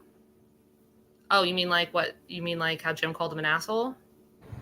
Yeah, I think that's what they're saying, because I hope they're not saying that to us. I mean, I'm pretty sure that's what they're saying, because he's pretty out of line. And like that was probably the nicest way that he's spoken about Candy Howard. Oh, seriously. And these are people who paid him. These are people who paid these stupid bills. No, oh my God. Like, so who was I talking about with the whole thing with Adventure with Purpose? And he got the reward money, and they're the ones that found the person. What? No. Okay, so break it down for me real quick. He did not get the reward money. He was the private eye hired by the family. Okay. As part of his PI services, his company put up a $20,000 reward for Jed Hall. Terry put it up, but it was an imaginary bullshit reward, right? Oh, I get it now. They're kind of, and since he acted like such an asshole and like losing his mind, now they're kind of saying, okay, can we get that reward now? They know he doesn't have it. Right. Okay. And they found the person, and okay, got you. Like I said, it's really getting hard to keep track of everything because there are so many victims he has. It's really sad. I like how I feel like everybody watches Queen's live streams more, which is like amazing and great, but it's also like why she tries to put up like those shorter like exhibits so people can always just come back to the basic information without having to listen to a million. Yes, when spreading certain types of like awareness or like exposés or whatever, it's always best to have like the shortest like video, as short as you can possibly make them, right? Like a place so you can people to and be like like a resource, yes. And yeah, he operates off of that a lot, because the thing that I was driving in the one chat last night where he had a little bit of support, because he had a lot of people in there like that I think were like him or like somebody he knows, like pretending to do stuff, but they were still doing this thing like, you know what, he's a PI. If you don't like his services or you don't get a refund because it didn't work out the way you want. And I want to be clear to people. The con is he's not a PI. He is, and I'm not talking about license, whatever. I'm saying he is not providing any actual private investigator services. That's part of the issue. Then the issue is that he's also abusing and stalking and being insane and like making things worse. But to be clear, he is taking money. People are like, well, if you pay for a lawyer and you don't win in court, you don't get your retainer back. I'm like, that's not what the issue is. He's not providing any services. He takes the money, then he does not investigate anything. He's not a private investigator at all. Well, and okay, let's say he was a private investigator and he was putting work in, and Right. you said something to him as the family that hired him that like you were displeased with a service of his or thought he did something wrong, and he started arguing with you and then turns to the internet to slam the fuck out of you and try to slander you. So like, why would you hire someone like that? Last Like, night, it's like mental note to self: if you piss this guy off, he's gonna air out all of your bullshit, whether it's true or not.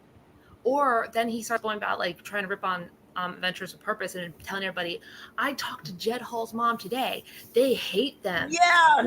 And I'm like, I'm sorry, are you coming on here telling people that your private conversations with your clients for your own good? And like last night he was complaining about how when you hear him really start riffing on why he's mad at Candace Cooley, oh my God, this guy is so intimidated and resentful of that woman.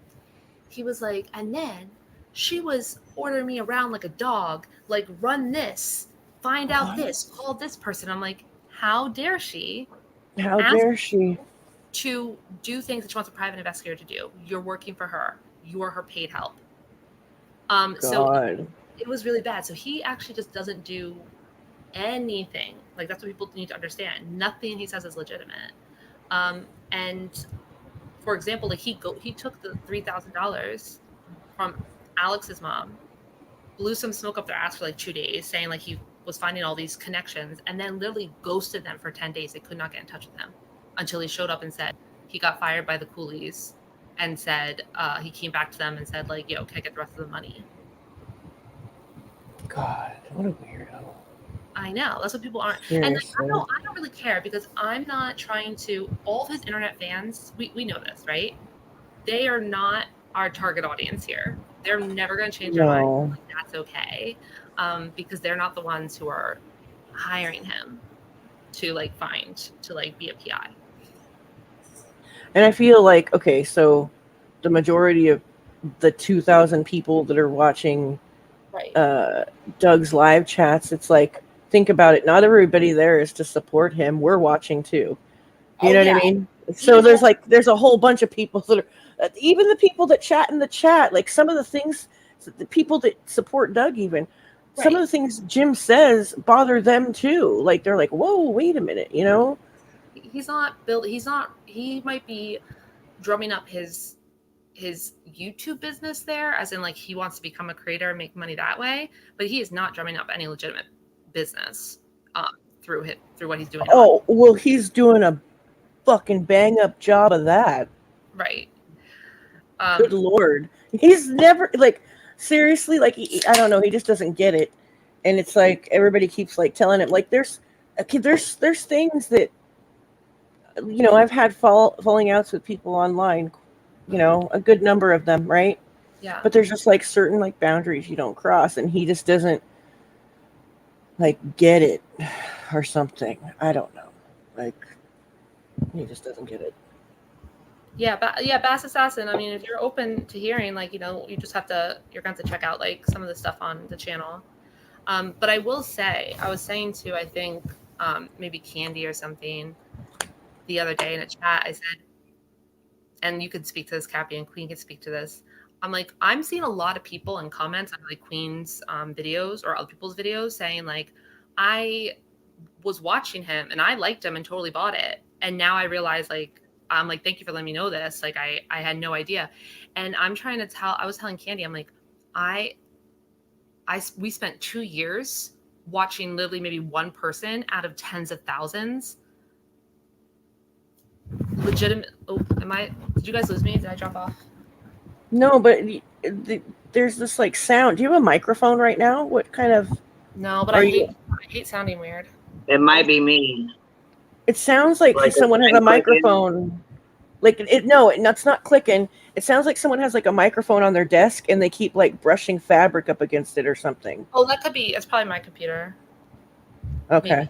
Kind of reminds me of ASMR sort of. But tell me. But like I said, we spent 2 years. How many people did we actually, when evidence came out, like, you know, regular facts, how many people who supported Mike Long were like, wow, I was wrong. And I totally I'm flipping just based on information. I could seriously say, like, the only time that really happened, there was like two times when that happened, two different shifts in the case. What the first one was the hotel, and a lot of people that, because at first it was like literally like 4 of us that were like, wait a minute, there's something wrong with that video, because I didn't buy it from day one, and only a few others were like that, right? Yeah.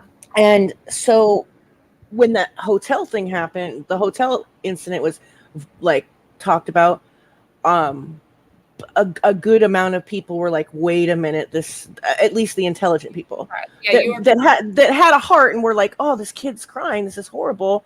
But they were like, okay, so this is a huge red flag, this hotel fucking weirdness, shut up. And then the other part was and that was in September, right? And then in December of 2020, when the last panel he did with Annie, when he made those horrible accusations about his sons, there was also another shift right there, but that wasn't even that dramatic of a shift, because they had already listened to so much of his bullshit and bought into the hotel.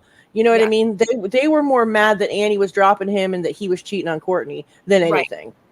The shift in December was people like some people being like, you know what, I'm just kind of sick of him, and going into that, I believe the whole story. He just is making bad decisions. Right. But you're right. Some people legitimately went from I'm buying this to I'm not buying this, and I'm going to keep paying attention after the hotel incident. But after that, there was no movement. So like, I don't think people were saying like, we love Jim. There's nothing. Jim could literally take $5,000 out of their own pocket, and it's not going to make a difference, right? So, and we know that there's like using the Long case is a good example of that. That there's, you could literally and like I talk about all the time, like some of the people that in exposing Jim on here that aren't really don't chat in these communities and stuff, don't really know what goes on. That he when we expose him, he's gonna, probably tuck his tail and run. No, sorry. Because you know why? There's a lot of piece of shit people that want to support piece of shit people, unfortunately. Oh yeah. And there's like a ton of it. Like, there's creators on here that can say almost anything. Right. And they have supporters that'll just believe it, like this blind allegiance, and will go in comments and bash people and do whatever and believe their bullshit. It's crazy. Right. I mean, there's and there's, everything that exists in society exists on YouTube, but some things we have a much higher proportion of right now, crazy toxic people on YouTube than we do if we go walk down the street. But yeah, there's no changing that, and that's fine. But he's not getting business as a private investigator through this at all. And honestly, I mean, anybody that was to hire him after seeing all of this, I would just be like, well, what's wrong with you? Right. Like, I could do about that. And I totally, I'm not saying that about anybody that hired him before this, because, I mean, even though there's no contract and stuff, these families are in a very vulnerable position and desperate to find their loved ones. And then he was totally prays on that.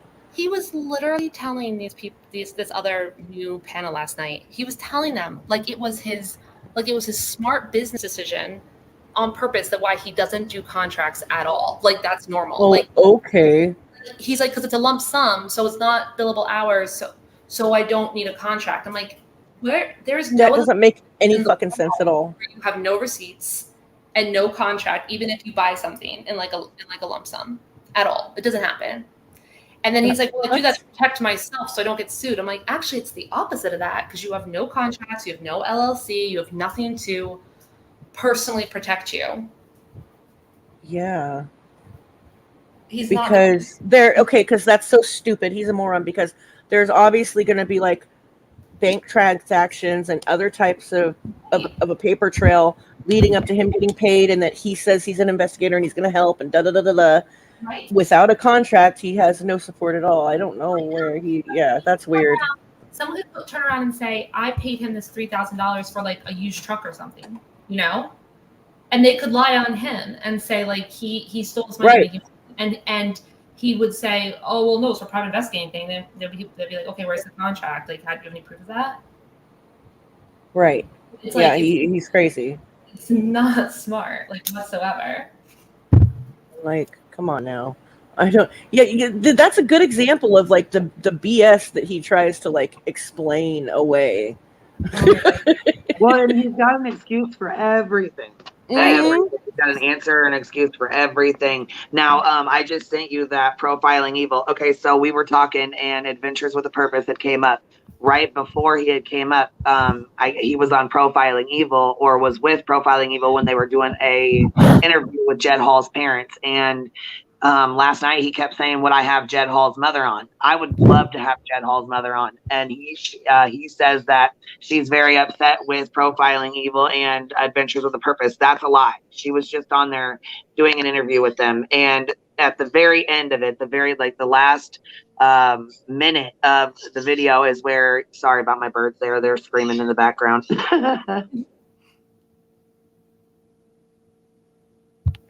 So anyways, right at the very end, it's like the very last minute of it where they call Jim Terry out for the reward fund he said he was going to give. They would like it to go to Jed Hall's parents for all the expenses and everything that they've paid and everything that they've had to, pay over the last 4 years. Yeah. Well, that's pretty awesome. To be fair, not fair, but like to be fair, because I went and I watched the Profiling Evil video after all this, and it was a pre-recorded video, like it was all edited or whatever, and it did have a interview with the parents, but it was clear from I think the way that he's been setting it up with the Adventures with Purpose when he teams with them is that he does kind of a pre-investigation before they go out to the site. Okay, so it was clear that the interview he had with Jed Hall's parents was before they recovered Jed's remains and found him. What the interview was from back when he still has not been found, but it was probably in like the lead up to them talking to the family and going down there. So it was actually really sad because it was so clear in that video. They were saying they 100% did not believe that it was suicide, and this must have been only just a couple months ago. So it was pretty devastating to listen to. It was not a follow-up interview with them after the fact. So it makes me even more angry because I can imagine that maybe Jim is still we know how he obsessively blows up people's phones, and then like completely lies about what the nature of the conversation was actually about. And I do feel like he just did that last night with Candace and David. He did the same thing. They were up there, and he's like, I had a conversation with Taper's father, and this is what he said. Well, actually, yeah, he did have a conversation. The conversation was Jim blowing up Taper's father and trying to get him to say anything or do any, you know what I'm saying, to talk any kind of bad, anything that he could. You know what I mean? He didn't say anything bad. All he said was, leave me alone. I didn't provide the money to you. Please leave me alone. That's it. That's all he said back to Jim. And I'll be honest, I kind of feel sick to my stomach thinking that he's had his claws on family for a while, and that he might be constantly harassing the parents on the phone now as they're dealing with this, to be like, talk about himself and wanting them to stand up for him against Adventures with Purpose. And like, he's probably just interfering and intruding on their grief, That's how I kind of feel. Hey, Ashley. Thank you for coming over and hanging out for a little bit. So it's super upsetting. Do you are you able to I know you're busy. Are you able to pull that live up with Profiling Evil at the very end of it, like the last minute of it, where he where he calls them out? He kind of gives a rundown of it real fast. It's like it's at the very, very end of the live, or the video. I'm sorry. Give me a second. I still think that's so cool that the Adventures with Purpose guy came up here, and like, I have such a new respect for them. I always had a whole bunch of respect for them because of what they do, and like they got a really good thing going on. But my husband and I have watched some of their videos together, and I told him last night, I was like, he went up on my girl's panel, and he's like, what, really? Like, I thought that was pretty cool. I was shocked. I was shocked to see him in the chat because they keep verified, you know, like under like the verified account. The check mark, yeah. Right.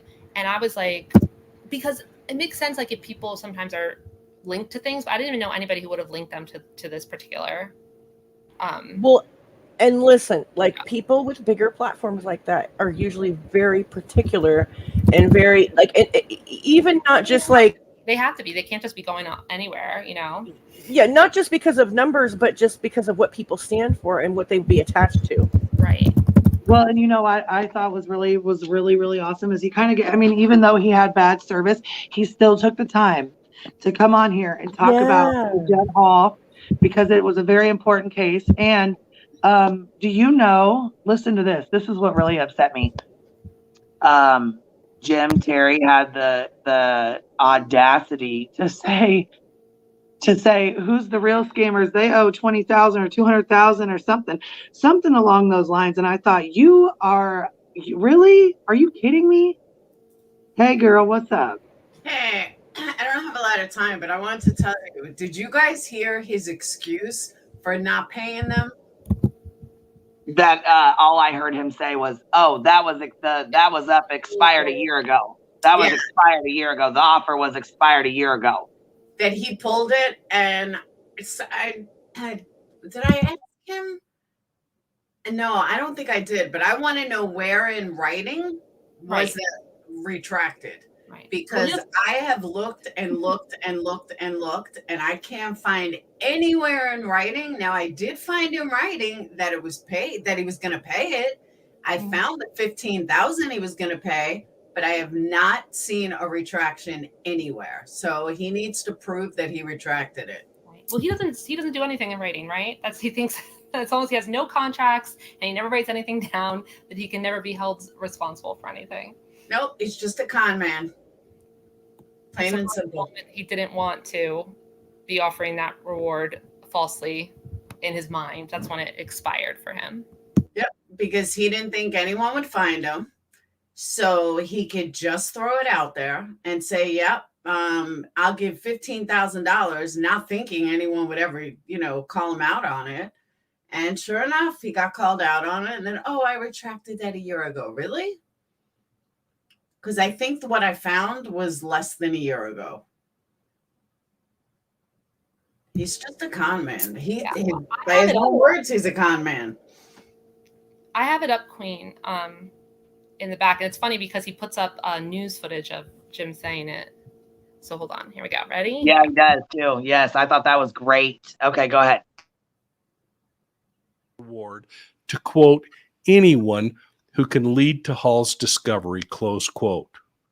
To play, the private investigator that the family had hired committed a $20,000 reward to quote anyone who can lead to Hall's discovery, close quote.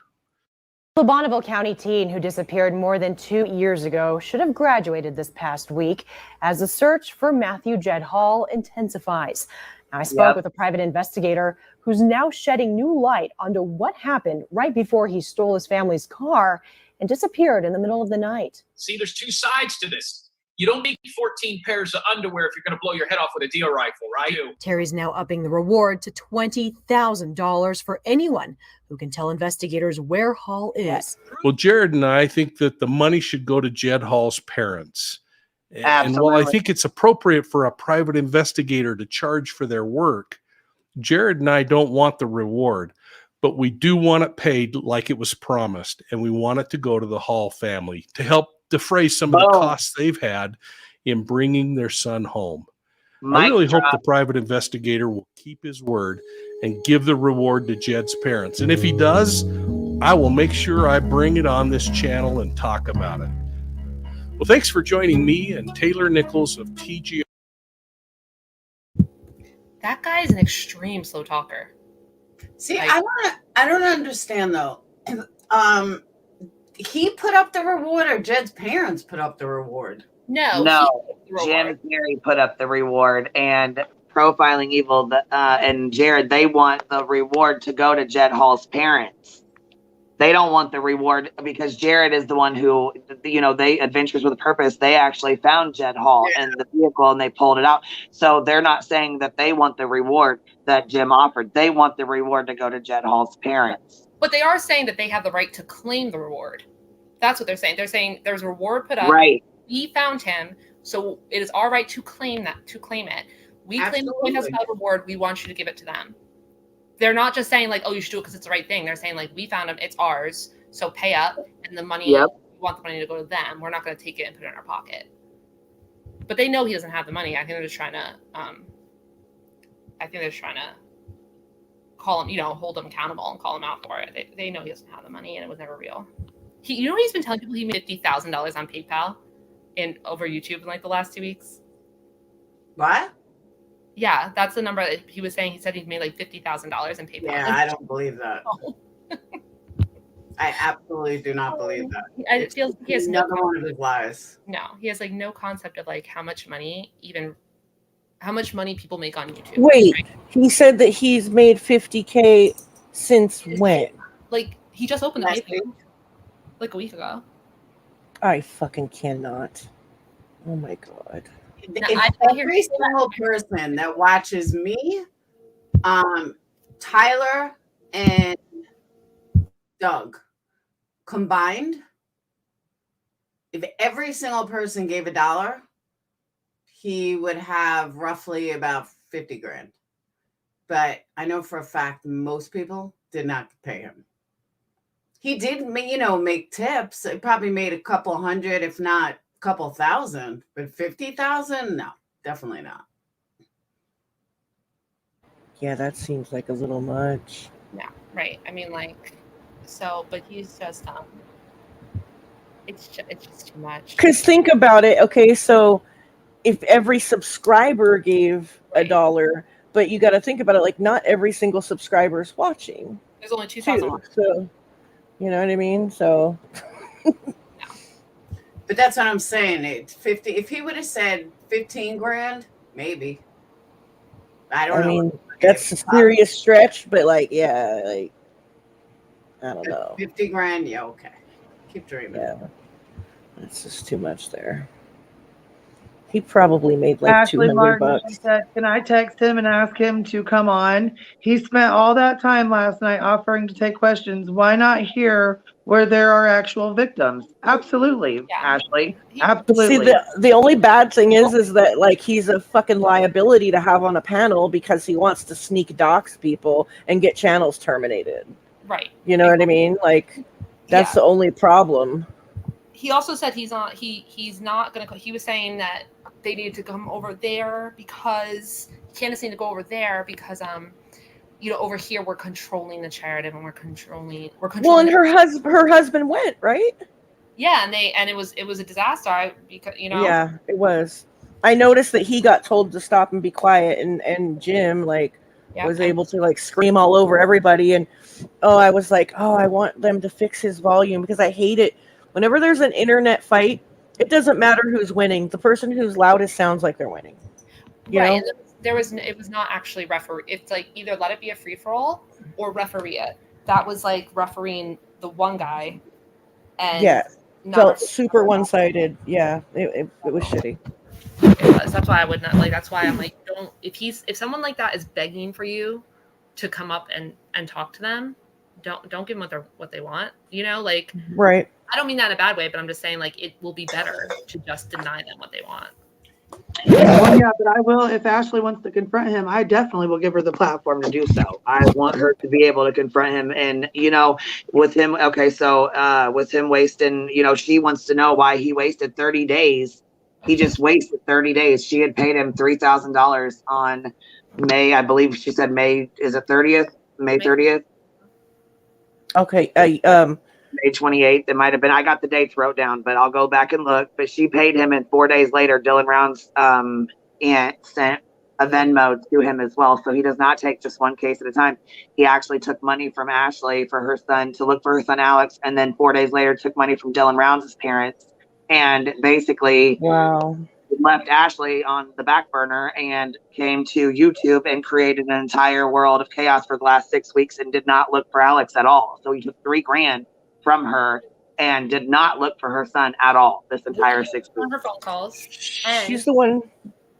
Whose son is missing in Pickens. You had up the other day, She was right? up here. Yes, she was up here the same time or the same day that Adventures with a Purpose. They were up here they were up here together. Right. Gotcha. Okay. Yeah. And B Tim, he just said, will content creators that platform Jim and put him on panels, and now see he's a scammer denounce Jim? And has Tyler Feller denounced Jim yet, or is he hoping that people will forget about him? I'll tell you right now, I don't really watch Tyler, but I've seen enough of him I'll answer that question for you, B Tim. He is never going to denounce Jim, ever. He will do like some distancing, some like whitewashing type, apologetic type stuff, to kind of just like forget about it and to move on without, taking too much. Well, and I got to give it to Laura too. She's been on his ass. Like, she has been calling him out just like we have. As soon as she learned what he was about, boom, she was on his ass. Yes. Yeah, my biggest thing is lying. Don't fucking lie to me. Oh, sorry, can I curse? Oh yeah, we curse all the time over here. But yeah, do not fucking lie to me. Do not lie to me about dumb shit. If it's earth-shattering, like my kid tells a lie because she doesn't want to get in trouble or something, like something dumb, but you're someone on the internet, why would you lie to me? Just tell me, why would you lie to me? And I was like, wow, just wow. And I just saw one after the next, and I was like, I can't do this. And everyone's like, oh, you're getting great views and you're making money. Now, mind you, I'm a single mom and I don't pull the shit that these people pull online. Oh, well, you should give me this and I need this and here's my wish list. And I would never, I don't get it. And half these people have second incomes and I don't have shit. My ex is dead. Girls, that's what I'm saying. These people, you like Tyler, I don't know that he's got kids or not, but there's a lot of us that, we don't do, you know what I mean? We come on here and we don't do this. We don't do this for money. We don't get rich doing this. We don't, you know what I mean? There's a lot of people that do, though. They take it in and they use it. They use it for numbers and money and super chats and PayPals. And yeah, girl, I've seen it. I know. Refuse to do it. Or I see creators, and I've said this before. I've said it on my own panel. Maybe it's better if I say it on someone else's panel so people don't think I'm like e-begging with it. But I am a type of creator. I come from the gaming community. And in the gaming community, I saw so many people totally ignore subs. Just totally ignore them as they're giving super chats and everything else. And I told my ex at the time, I'm like, dude, I am never going to be like that. When I go on YouTube, I am going to comment to everyone. I am going to acknowledge everybody. I'm going to make sure everybody's important. I'm not going to do it where the only people that I acknowledge are ones that super chat me. Like, I will be a different creator. He's like, good luck with that. And honestly, every single creator that I see that ignores their subs, disrespects their subs, are the ones that break in all the money. I acknowledge everybody. I interact with super chat. I mean, interact with subs. Don't interact only with super chat. You would think that I would make 10 times what these other creators make that don't acknowledge anybody but super chat. Nope. It goes the opposite.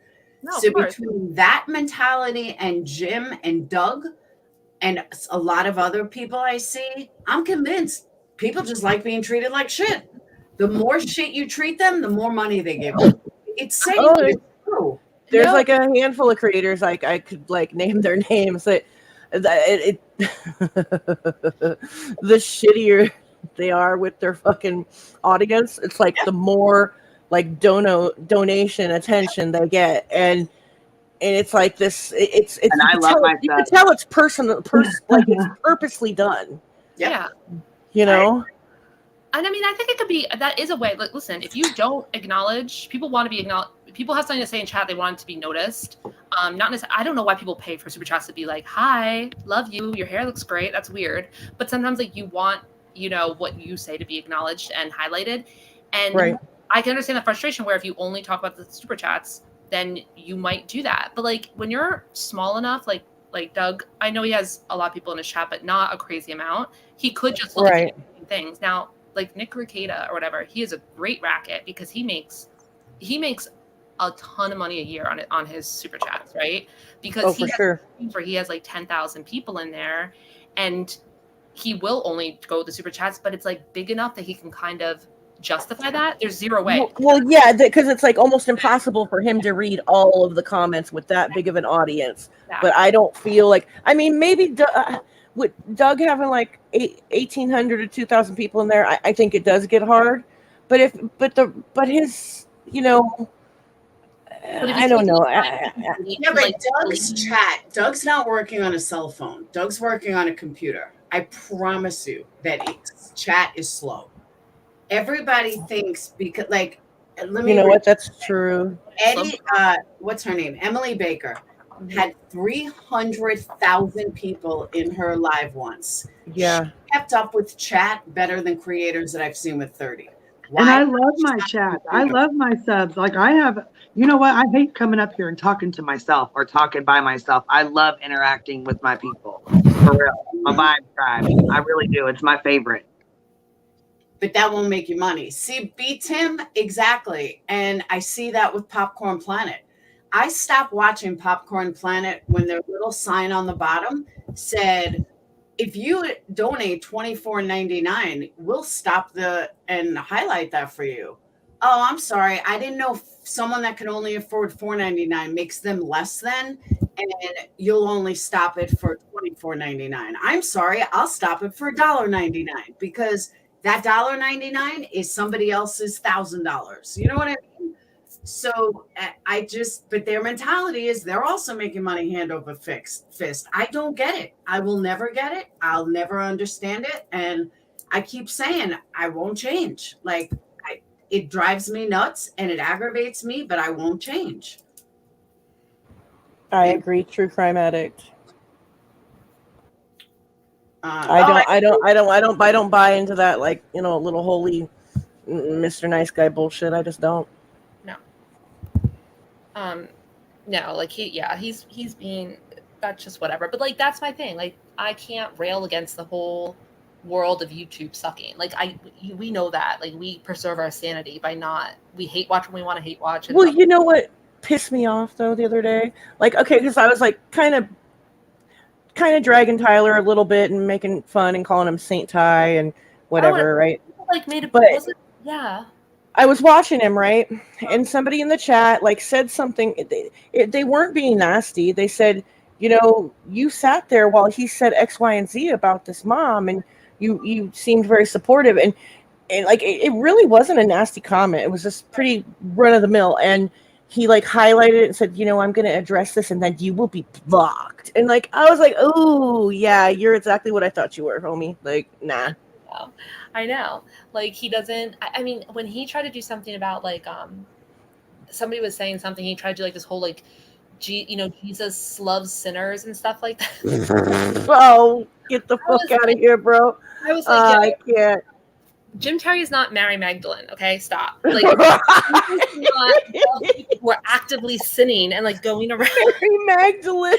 Oh, Jim Terry's his Mary Magdalene. Oh my god, that's so bad. But he actually freaked me out because he said something where he was like referencing something in the Bible, and he was referencing like some sort of Bible story and like didn't know the name of something, and I was like, "Ooh, you should know that." Like, if you're going to be like a pastor, you should be one of those people who has the Bible memorized. You know what I mean? You should probably know that. Yeah. You remember Josh Stroll's dad bod? And he was actually a preacher before he got fired and went to YouTube. Right. He was a pastor. And he was talking about the ML case one day. And he was like, it's like in the Bible when that king wanted to cut the baby in two. And oh my God. Do you not know who King Solomon is? Oh my God, I never saw that. Jesus. You didn't know who King Solomon I don't even know my Bible, and I knew that. And you know that because that's just like a normal like literary illusion, like everybody should know. So I was just like, I have no time for that. That one king guy, yeah. I want to check something. And like, I just have to say this. I have spent many, many, many hours speaking to Tyler outside of YouTube. I know, He's yeah. really a good guy. Like, he's not a bad, he's young, like really young, like I could be his mom, but he's really a good kid. Like, yeah, I think Happy and I are talking about him as in like he's like he's a person with a large YouTube platform, and we're kind of judging him like how we would judge a radio personality or somebody who has a show. Like as his like this media person that he has, I don't like his content, but I don't think he's like Jim Terry. I don't think he's I mean, I don't know. Like I don't know him obviously, right. But like from what I do see, I kind of, I don't know. For one thing, I kind of, just to be totally fair, when somebody's presenting themselves like I'm a pastor and I'm fucking holy this and holy that and no cussing, it makes me kind of put up a little bit of a wall. And I'm just like, ooh, you know, like, yeah, I don't know. I don't know about you. Like, I don't know. It just, on social media, especially because it seems like a lot of times those types of creators will put themselves in a position of, and it just gets kind of, it's a slippery slope, you know? But don't forget too that, you know, with Tyler per se, Tyler, you know, I met him during the Petito case, so I don't know how long he's been on YouTube prior to that, or, you know, into true crime or anything. But I can tell you that he's not fake. Like, he's not phony. He's not, I really believe that he believes his values and morals, because I have spoke to him outside of YouTube. Right, you've had a more personal experience with him. See, all I know is what I've watched on his shows, and some of it I was really disappointed with. But it is what it is. We all have our own opinions. You know what I mean? I've never had a one-on-one like you have. You know what I mean? Like, I've never had a chance to get to know him or talk to him outside of just watching him on his lives and streams and stuff. But I will say, him even and I know that he was sent the videos, my videos or our videos that we've made. I know that he's seen them. I know he's watched them, and I know he knows what kind of person Jim Terry is. So for him to continue to have him up there and have him coming on there shows me that he's more interested in money and you know what I'm saying, having his opinion or having Jim on there to spread more. And a lot of it, Jim he put out a lot of rumors and like crap on that. You know what I mean? It just really was upsetting, really. Yeah. And I don't really think that, I mean, I don't know, but I don't get the feeling that he's like fake, like what he is on YouTube. He then, like, you know, takes off a mask and is somebody else. I think that that's probably about the same guy he is all the time. But I do think at a point, like, my big thing is misinformation and and not just misinformation, but like disinformation on the internet. And that's what I really hate. And there comes a point where you can't be an apologist for it. If you know that something is disinformation, you can't just say, all right, I don't want to, that's just drama, we're moving on. Like, sometimes you need to actively and directly debunk or retract or denounce those type of things. And it just seems like that's not his cup of tea, and that, like, to do that, and that's fine. Like, I have no quarrel with him. It's not like I was a supporter of him or expected that of him or anything. He's just another person I've kind of, you know, been introduced to through this whole thing. And Tim, I can't answer that. I honestly can't. I can't speak for him with that. But what I will tell you is that there have been times where somebody else, I don't even want to go there, but I'm trying to word this the right way. Let's just say Tyler does see who Jim is, but he also has a pretty large audience that most actually like Jim. The difference, what I see between like him and Doug, is I don't think Doug would ever tell anybody what, like, he just loves Jim and Jim can do no wrong. Whereas Tyler's not like that. Like, Tyler will be like, yeah, this is so not cool. This is not right. Like, that kind of stuff. I don't know if I'm making sense. No, that made total sense. And what you're saying is, like, I do also get the feeling that Tyler's not that into Jim and finds him distasteful, and doesn't really want to be around him that much, and that knows that his audience does, and so he's not going to make this big thing where he publicly like denounces and like works to retract and try to undo some of the damage that misinformation has done. He's just going to kind of move on. And it kind of sucks. Like sometimes with the larger creators, they're the ones where people say like, I expect you to use your platform to do something proactive about this. And they, a lot of times they don't. That's fine. But the reason why they're the ones who get the more pressure to do that is because they have, the bigger platforms and the bigger name, and it comes to the territory, and he'll probably just ignore it and just move on and keep building his channel. But also as a creator, yeah, if I was under 30, I don't know if I would see things the way I do now at 50. You know what I mean? Like he is a baby. He is like a baby. He seems super young. What? He seems like so young. Like he is so young.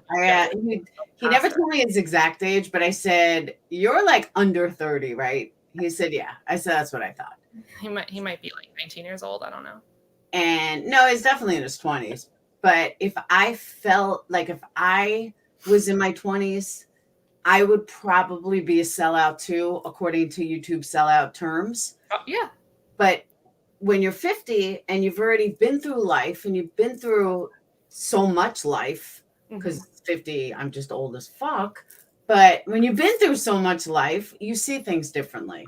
Yep. So like, I don't fault him for being in his 20s and seeing things the way he does, or kind of being a sellout, because I have to put myself in the mind of a 20-something-year-old.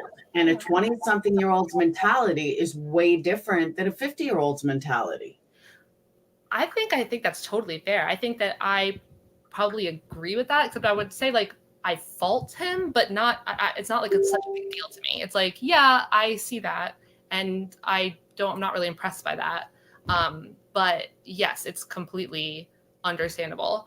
And that's probably why I stick up for him. I know 50's not old. We're young again, but that's probably why, like Doug's in his 40s. You know better, Doug. You know exactly what you're doing. Stop being a e-begging idiot. But Doug and Tyler are very different guys. Exactly. But he's still in his 20s, and I have teens that are 17. So I just think that I can't fault him for being in his 20s. I said to Kathy that I see Tyler being like, by the time he's Doug's age, he'll be like the head of a mega church and be a millionaire, So they're different people. They might be in the same place in their lives right now because they are 20 years in age difference. But I think like Tyler's life trajectory will be very different than like Doug's life trajectory, if that makes sense. Absolutely. But age isn't a sellout for morals. Age is you just don't have life experience. You just don't.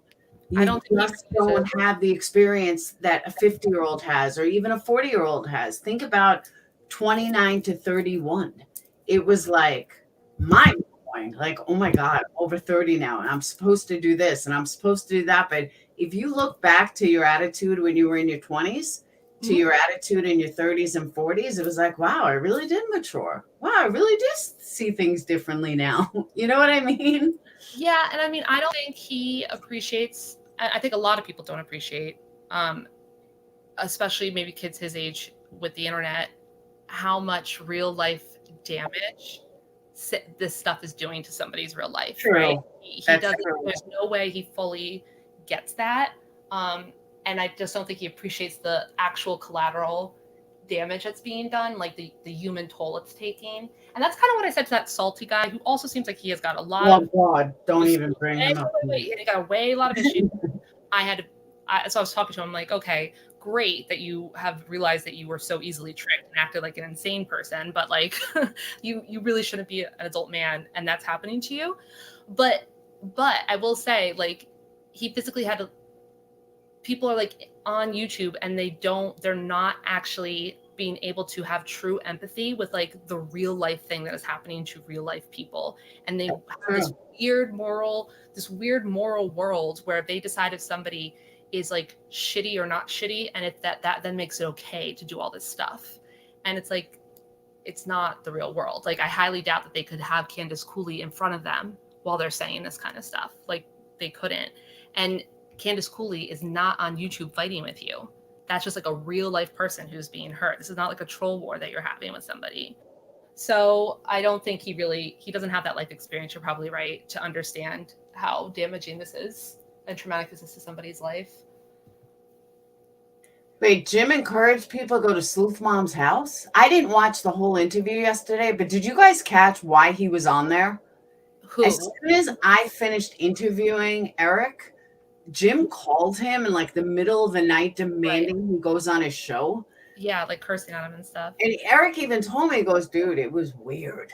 So basically, the day before, I did not see this, but the day before was like his deadline day, and he wasn't allowed on Doug's channel or whatever to dox Sleuth Mom. So there was another channel called Mob Crew. Are you familiar with them? I've heard of him, but I don't watch him. Yeah, failure to stop. Right. So on the Mob Crew 2 days ago, they had like a live call-in show. He called in and he doxed Sleuth Mom, gave her name, gave her address, and said like that he thought that Glenn was with her and like maybe people should like call the police to like report her. That stream down, obviously. So then he was like really freaking out, and then he was like, you know, calling up new people trying to get on new streams the next day, I guess to like redo it, like to redox her or whatever, because the stream was down. It's crazy. Yeah. The whole point was to fill the comment. What do you mean? Yeah, he as soon as last night, as soon as they started talking, he's like, you reached out to me and you demanded that, or he didn't say demanded. Yep. He's like, you reached out to me and wanted to come on here. So yeah, I could tell like he was really hurt. He was super upset that he was on your panel. Yeah, I couldn't believe it. When Eric told me that he called and he was like, he was demanding come on the show. I said, do you know why? Because you were on my show, and that his little dig in the beginning about housewives and sit around and wear too much makeup, that was a dig at me. He's like, really? He goes, I'm glad I shut it down. I said, yeah, that was a dig at me.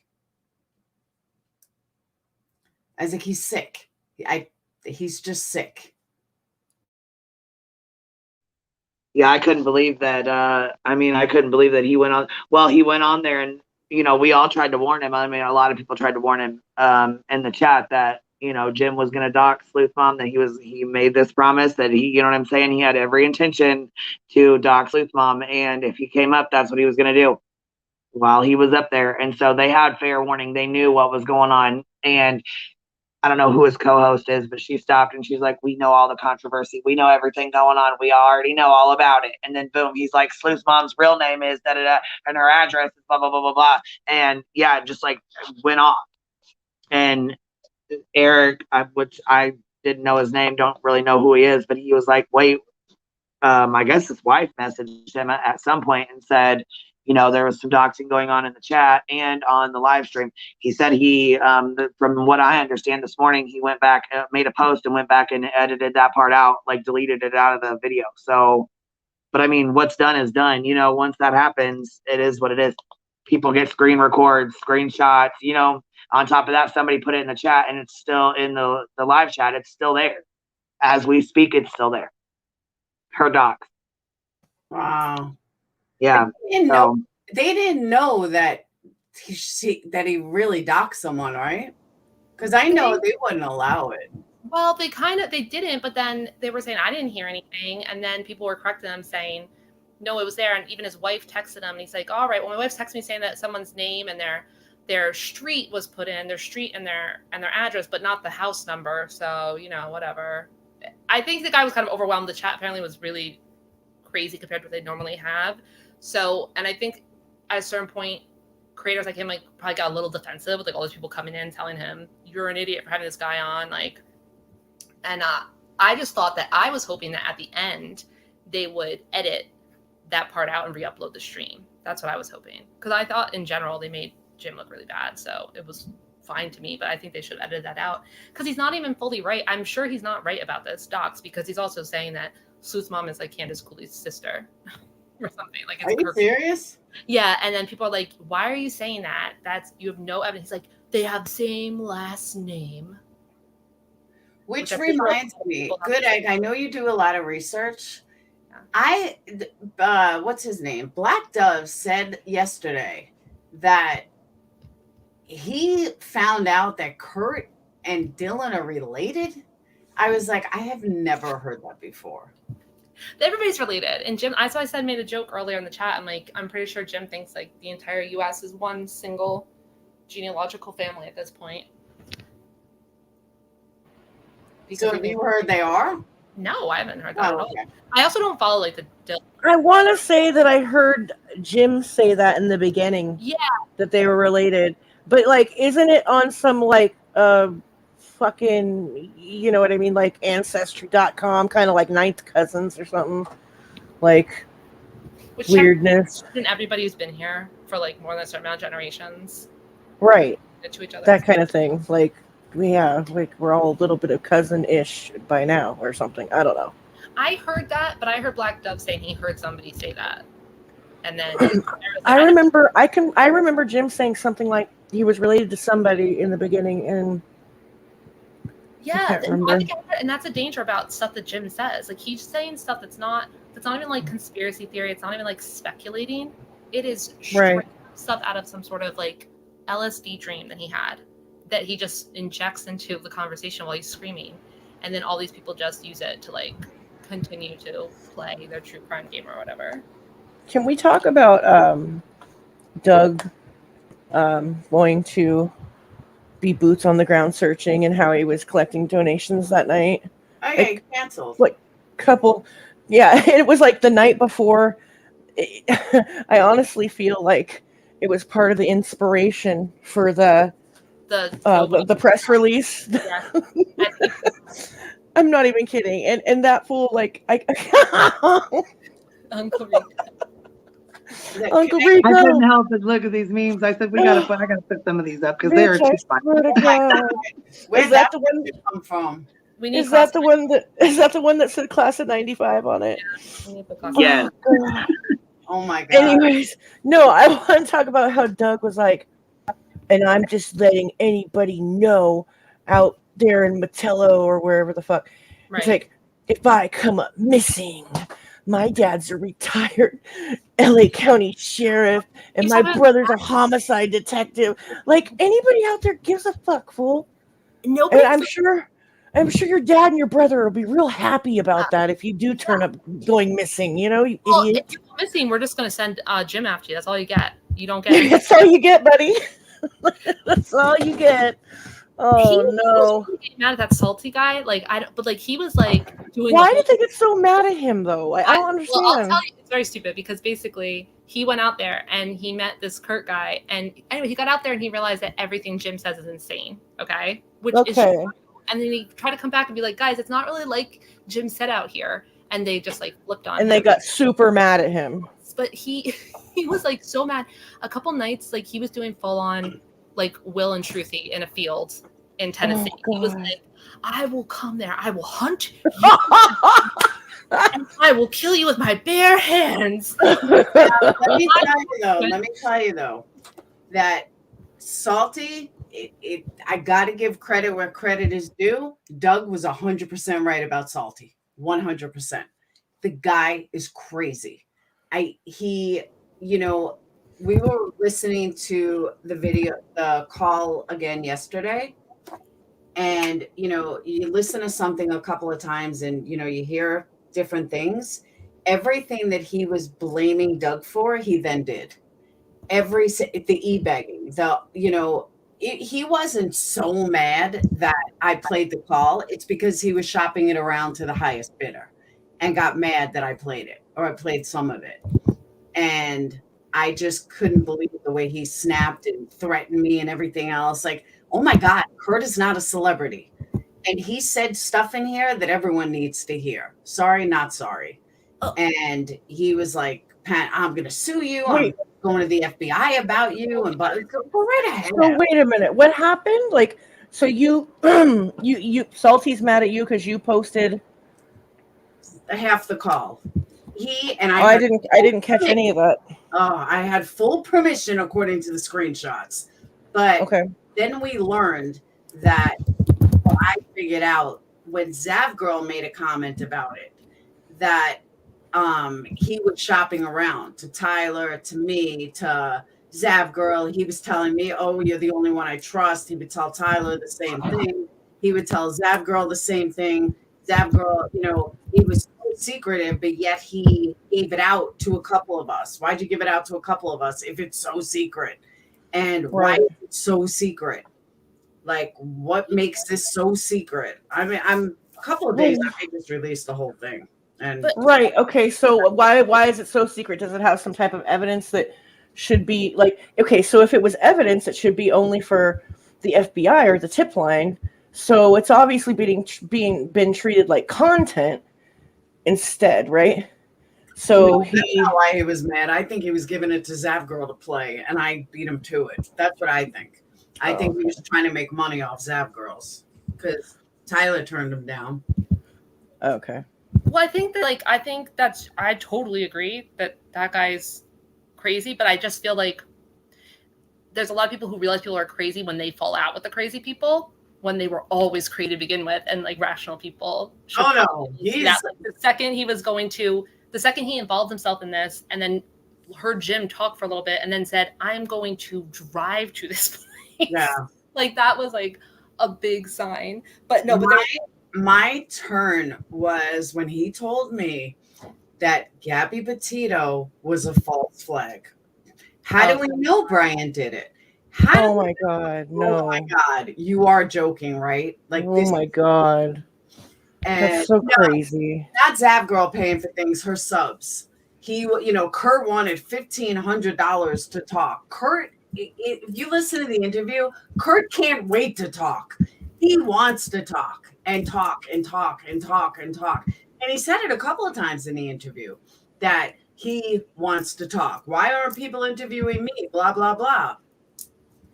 Maybe because your buddy has you on lockdown. So, yeah, Salty said that Gabby Petito was a false flag. I couldn't believe it. Fucking insane. And he thought that this was a false flag too, until he met Kurt. And then Kurt, he says this right on the audio. But Kurt changed his mind about it, and that he realized, it's not a false flag. Oh my God! I told Tyler, I said, Tyler, I can't with this. I just can't. I'm all about alternative theories, but telling me that Gabby Petito's a false flag, I can't. I just can't. He's like, that's crazy. It's like, I bet he's a Megan Walsh supporter. Yeah, probably. There's like Doug, right? Oh, yeah. Doug's totally a Megan Walsh supporter. He totally thinks that she's the real deal. No mental illness there at all. Like clearly a chronic person. That's an interesting story.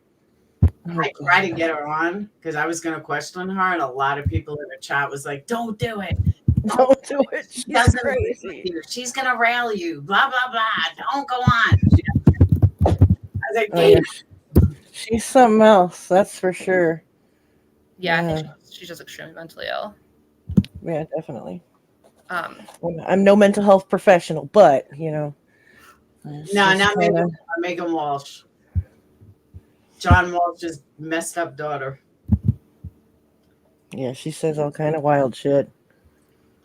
Who gets all the kids taken away and brings a sign to the custody hearing that Hillary Clinton is involved in oh my God, pedophilia with 10 other people, and she wonders why she lost her kids. Like, why? I can't with that. Like, it's situations and cases like that that get me like thinking like, what is wrong with today? Like, there's so many people that are just so like irrational about shit. Like, come on. Like, I know that there's like some corruption and there's a little truth to like everything, sort of, you know what I mean? But like this whole the Hillary Clinton's involved in pedophilia, and her brother, possibly wasn't really murdered. He was missing really because he was trafficked to some island and he's alive now, and all kind of crazy.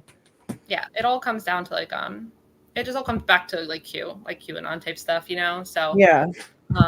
It's just No ridiculous. wild I have shit. to remind myself, like, this is not like when people go online, you Googled family court, and people would think like that the representative sample that you're getting online about people's opinions about family court does not represent what happens in family court whatsoever. Like, we are talking about this high concentration of like the 0.05% of like really disturbed high conflict cluster B. I had one.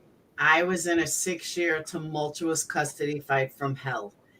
256 court appearances, like literally 18 DCR, DHS visits, countless police calls, twice in jail. Like, I went through the worst custody case imaginable. According to my lawyers, 23 years in law, never went through a custody case like mine. Yes. And in the end, even with 2 jail sentences because of it, I never once lost custody. So no, yeah, it's all about money. It is. No, and they exist, like, right? They exist. People don't realize, like, 97% of all divorces are settled outside of court. Like, only like some go to trial, and then the ones that go to trial, the ones that are then reopened and turn into those type of things, they are the hardest cases to deal with. But we are still talking about like a 1% type thing, and then we have the issue that people are sometimes in them, and they're also sometimes detached from reality, and they're explaining all of their problems and all their losses, or just like their conflict. Now it is a giant conspiracy, and the family courts are not, they're They're kidnapping kids. Some sort of like Satanist, like, sex ring or something like that. And they're just trafficking people. And it just, if you went online, you would think that that's what reality is like for everybody. Like, that's the norm. And it's in a lot of those cases too, like, it just takes like a little bit of research, and then most of the time you'll find something that they refuse to do. Yes. Like this, like this one lady that refused to go to parenting class, or this one that refused to go to counseling, or because they're okay, and CPS just kidnapped their kids. Oh, that's like so true. And I can attest to that because even covering cases, I have seen cases and I'm like, okay, I played my own attorney for 3 years. I know the law. I know how custody fights work. Something is missing. Yep. Right. There's something missing here that she's not telling. Exactly. This not just happened. There's a reason this happened. And then you find out, well, she didn't do this or this. Well, now you know why you lost your kid. I knew there was something else. Exactly. And with my own case, if I didn't live it, I don't think I'd believe it. But because I lived it and, marked off X, Y, and Z, there's certain things you just know. Like Michael Long case, I knew something was wrong. I knew this wasn't right. And I went publicly and said something. I said, look, guys, I'm going to tread on lightly here, but I don't believe this. There's something up with this case. I can't put my finger on it yet. I don't know what it is. I'm not going to cover it because I'm not going to be the sole person saying this kid is lying or the father is wacky, but I'm not buying it. This is bullshit. And sure enough, I was right. Because you should be able to suss out when people are lying and when stuff is being left out. Because when things don't make sense and you try to ask the questions to make it make sense and they just say, well, it's just like corruption, that's when you know that like something is wrong. Like, do you know how many of those parents who have like these Facebook pages and stuff, and they talk about how they haven't physically seen or spoken to their kid in years, and then you find out that they always refuse. They all been on supervised visitation for years, but they refuse their supervised visitation. Yeah, that's a good example.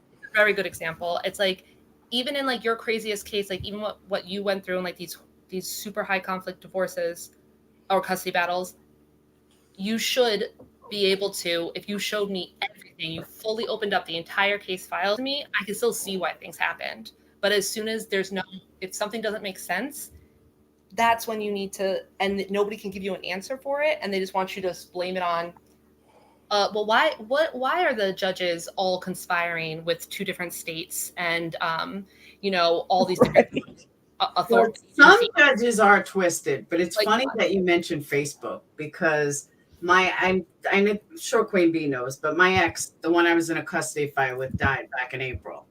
And for some reason, I was thinking about him about a week ago. And I went to his Facebook, and we're friends on Facebook, but I went all the way back to the beginning. Mm-hmm. If he wasn't dead already, I might have killed him. I had never looked at the beginning of his Facebook before, and it was when our custody fight started. The amount of lies that were coming out of his mouth and the amount of twisting that was coming out, and I'm reading all these comments, what a horrible person I am. I'm like, oh my God, he lied to you guys. Like, this is all a lie.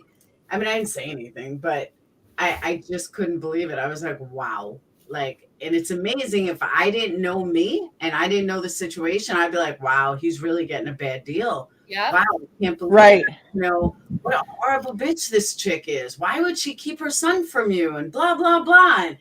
And I was like, wow, talk about twisting shit. Everything that was me, he made him.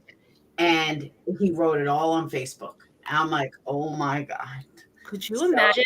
Could you imagine if Jim Terry was ever in a custody battle? Oh God. Oh my God. That'd My be ex the wasn't worst. much different though. He was much cooler, but he was also a con artist. Right, but he's going like like the way he talks and goes scorched earth and will just lie about everybody. I've seen people do that about their exes and say everything about their ex, but these are just random people he knows.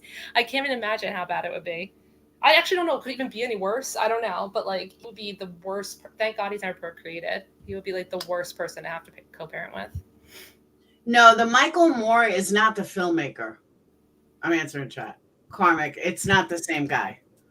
There's a Michael Moore that's a pretty big filmmaker. That's not the Michael Moore that called in. The Michael Moore that called in is just some guy that lives in the area.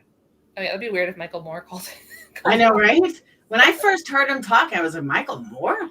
Really? Like Michael Moore from Flint? They said, no, Michael Moore from the area. I was like, oh. Oh, yeah, that Michael Moore. Yeah, they talk about local people they found in this area by name. Like, we should know who these people are. I mean, of course, this guy Ty, I mean, I don't know, but like, of course, some of these guys want to keep talking to them. Like, they're just out there probably doing nothing. And now all of a sudden, like, somebody wants to ask them and talk to them on the phone constantly, like every day, and like hear their updates from the field. Like, it really wouldn't be that hard to find somebody who would indulge wanting that kind of attention.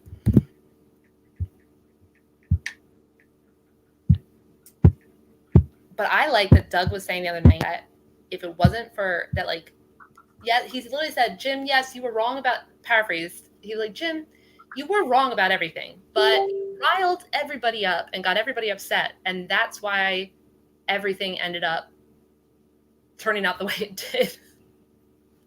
And I'm like, that's the most bullshit thing I've ever heard. Like, the FBI didn't come to investigate this because, you know, Jim is acting like an asshole in front of 3,000 people on the internet. Like, that has nothing to do with it.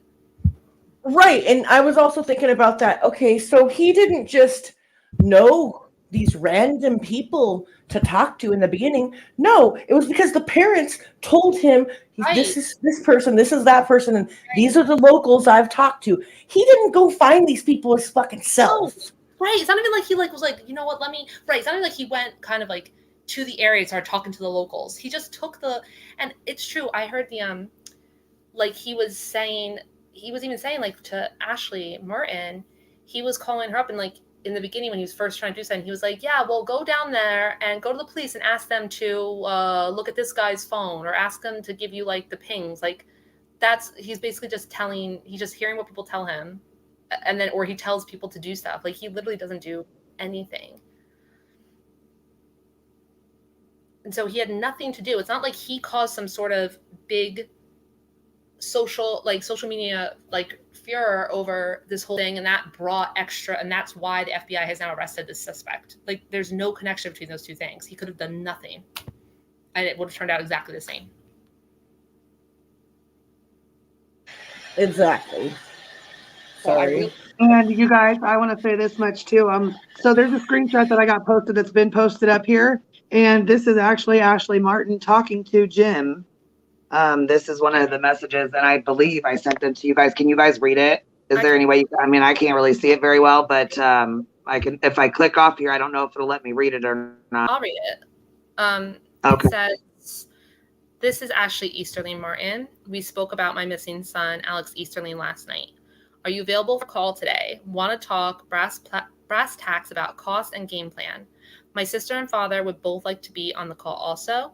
We can video chat or regular phone call. Let me know your availability and I'll get something set up. Whatever you're most comfortable with will do. I don't mind doing any of those. And I am wide open as I am in between cases. Don't forget, I only take one case at a time.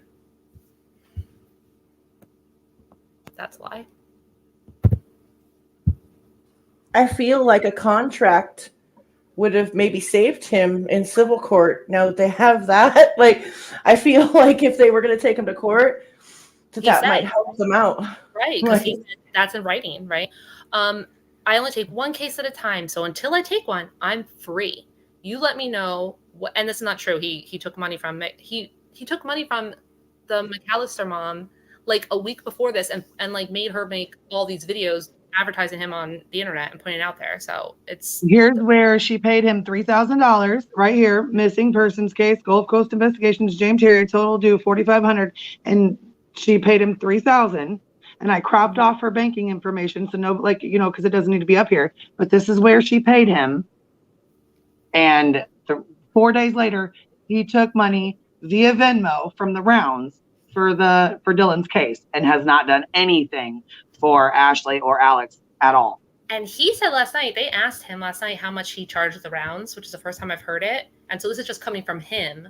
But he told Failure to Stop that it was around, not sure, but it was around $4,000. So basically he took like $8,000 in a matter of 4 days. 4 days, yeah. Here's a second message from between Terry and Ashley, Jim Terry and Ashley. Do you want to read this one? So until I take one, I'm free. You let me know whatever you feel most comfortable with. Video chat is fine. First of all, people, just a hint in life. If the person wrote that much without using any punctuation whatsoever, they're probably not very good at their job. Let's plan to talk at 11 a.m. Can you FaceTime or would it be better in FB Messenger? Yes, just let me know how you want to do it. If you have iPhone, I'll just FaceTime you.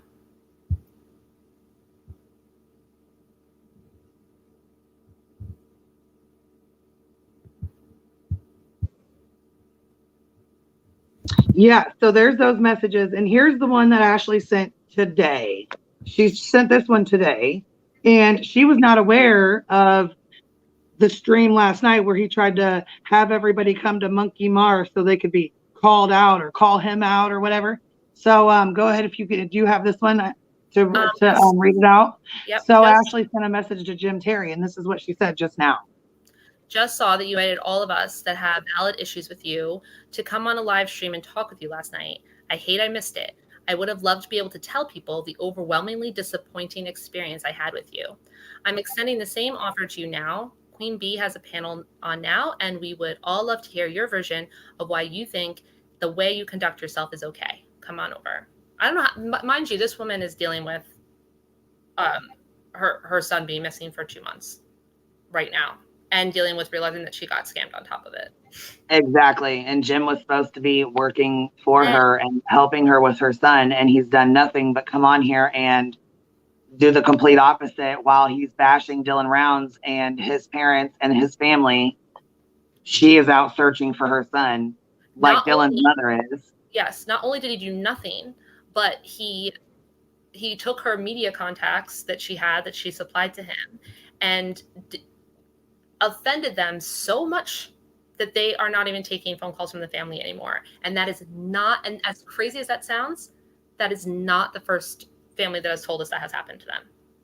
Because we hear how he talks on the phone, right? So like, why would you even bother? So it actually has damaged the search for Alex. Yeah, she said the media, basically, he ruined it to where the police won't speak to him and the media will not speak to him or them at this point because he's done so much damage. So I told her, I said, well, you know what? To give him a fair amount of time, I'll set the live up for 7 o'clock tonight. And we will invite Jim to come over here and explain to Ashley why he took her money, why did he con her out of this money, and why is he not, available to work for her to do this? What's his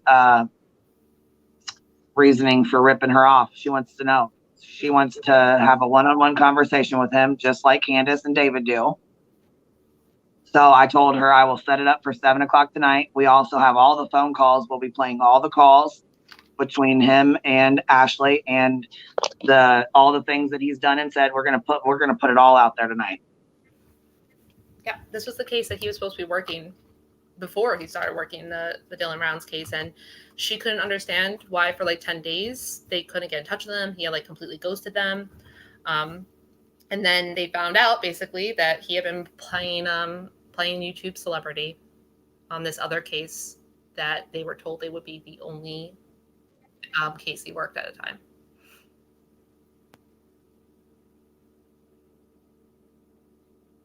And she's in Mississippi. So I feel like, that's a Mississippi business. She gave you money. You didn't do it. She should just ask her bank just to take the money back. Say like, refusal. She could go right to the small claims court, but she doesn't have time. He knows she doesn't have time to do that because what's she going to recoup in small claims court?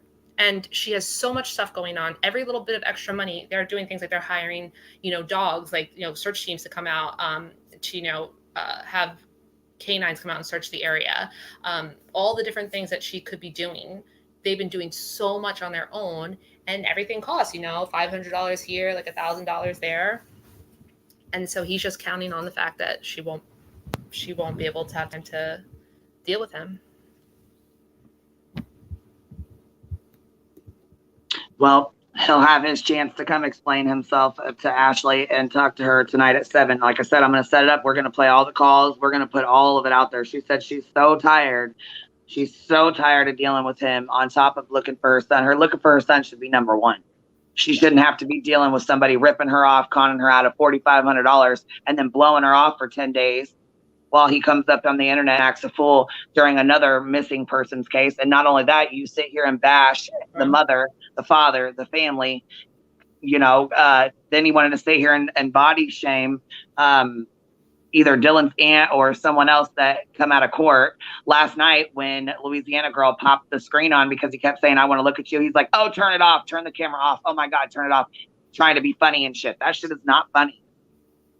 But I'm saying I don't know if he'll have the cojones to come over here because I'm not going to let him act the fool and he's not going to be disrespectful and all that. So I don't know that he'll be able to conduct himself in a manner to come on my panel. He won't. He already said he won't. So.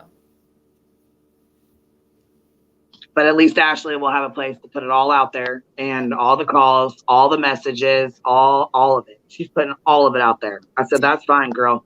Did she find her son? No. No, her son's missing since she hired him 6 weeks ago to help her find her son, and he's blown her off. She paid Jim $3,000, and he says that she still owes him $1,500.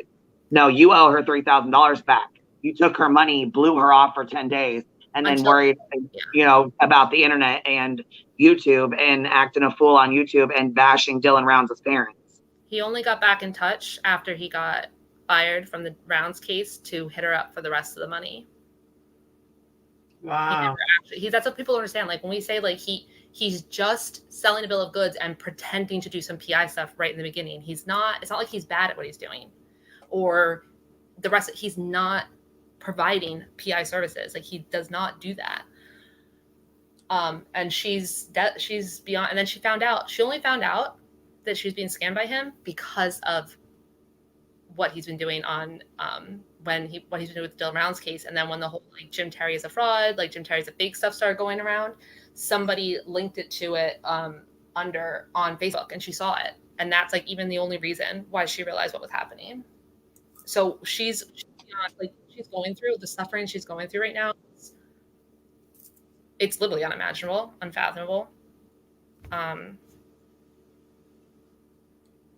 It's just awful. That's crazy. Yeah, and I feel bad for her because I know if she comes up and she keeps pushing it, she will be getting the Candace Cooley and the Candy Howard treatment very soon.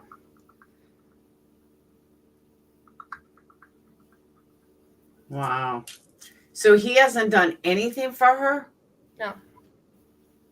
All he did was ruin her media contacts. And took her $3,000, blew her off. Yep. So she's going to come up, and at 7:00 tonight, we're going to go over it. We're going to play all the calls because she's got all the recorded calls between them. So he has an opportunity to come up and speak with her at 7:00 tonight and explain himself why he conned her out of $3,000, because he wanted to put out last night that anybody could go to Monkey Mars and ask him questions. Well, the families and the victims are over here, and they didn't know that. They were not aware of that. And Ashley has questions. She wants answers, and she deserves those answers. Yeah. So what he does to investigate is basically he gets the family to give him all their information, and then asks a bunch of weird questions like, is your son gay? And like stuff about their private life. But he gets all the information. He gets all the phone, everything they have, all the phone numbers and the leads. And then he sits there like he does on the panel and makes imaginary connections between things, calls all the numbers up, and screams and curses at people to the point they hang up on him. And he does that, and then he'll like tell the family, well, okay. He does like whole like speech like he does on his things where he's like laying out the case or whatever. And then at that point, usually the families, like with Candy, they realize like, okay, we heard that, but that doesn't really make sense. Can you try doing this? Can you try doing that? And he just completely goes to them and like refuses to. Like with Candy Howard's case, they provided him with the last phone number that their son had called, and he just Googled who that phone number belonged to, got the wrong person because it had been like a burner phone, and was just like, well, he's with this girl. This girl's like in Florida and like stalking her family. And they're like, no, that was just a burner phone. Like that person has nothing to do with it. Like, what else do you got? He's like, I'm still working that lead.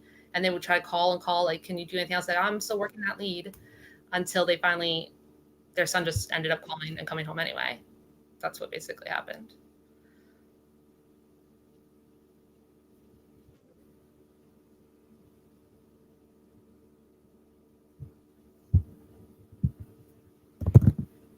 Yeah, and the poor thing, she's having such a hard day. She's had a lot of hard days. I think she is incredibly strong, and I think that she's incredibly strong to, go toe to toe with him too. She wants to know why he did that. Why me? Why did you pick her? She wants to know why her son. What, she's got questions, and she deserves to have those answers. I mean, in a lot of ways, I think Ashley right now really has the strongest case. Yeah, I believe so. They're in the same state. The money was, a substantial amount of money was paid, and she couldn't even get in touch with them. And it's very clear that he lied, even though there's no contract. He lied about taking one case at a time, which is easily proven. So to me, it's a breach of contract right there. You had the only thing right is that you said it was you take only one case at a time, and you were working, that we have public record of you on YouTube working another case during the entire time that they could not get in touch with you. So, and the fact that they're both in Mississippi, I think that she actually has a really good, she's in a strong position to say that there's a breach of contract there. I believe that as well. Also, he took money from Aiden Clune's mom too. I heard that somebody donated money for him to work the Aiden Clune case too. Yes, and they actually asked for the money back, and he just made big jokes about it. Yeah. So basically, you took money from Ashley on. Well, let me go see. I'll have to go back and check the day. I think it's the 28th or the 30th. It was the 31st. It was the 31st. Oh, is it the 31st? I knew it was right then. And then June 2nd, he took money from the rounds via Venmo.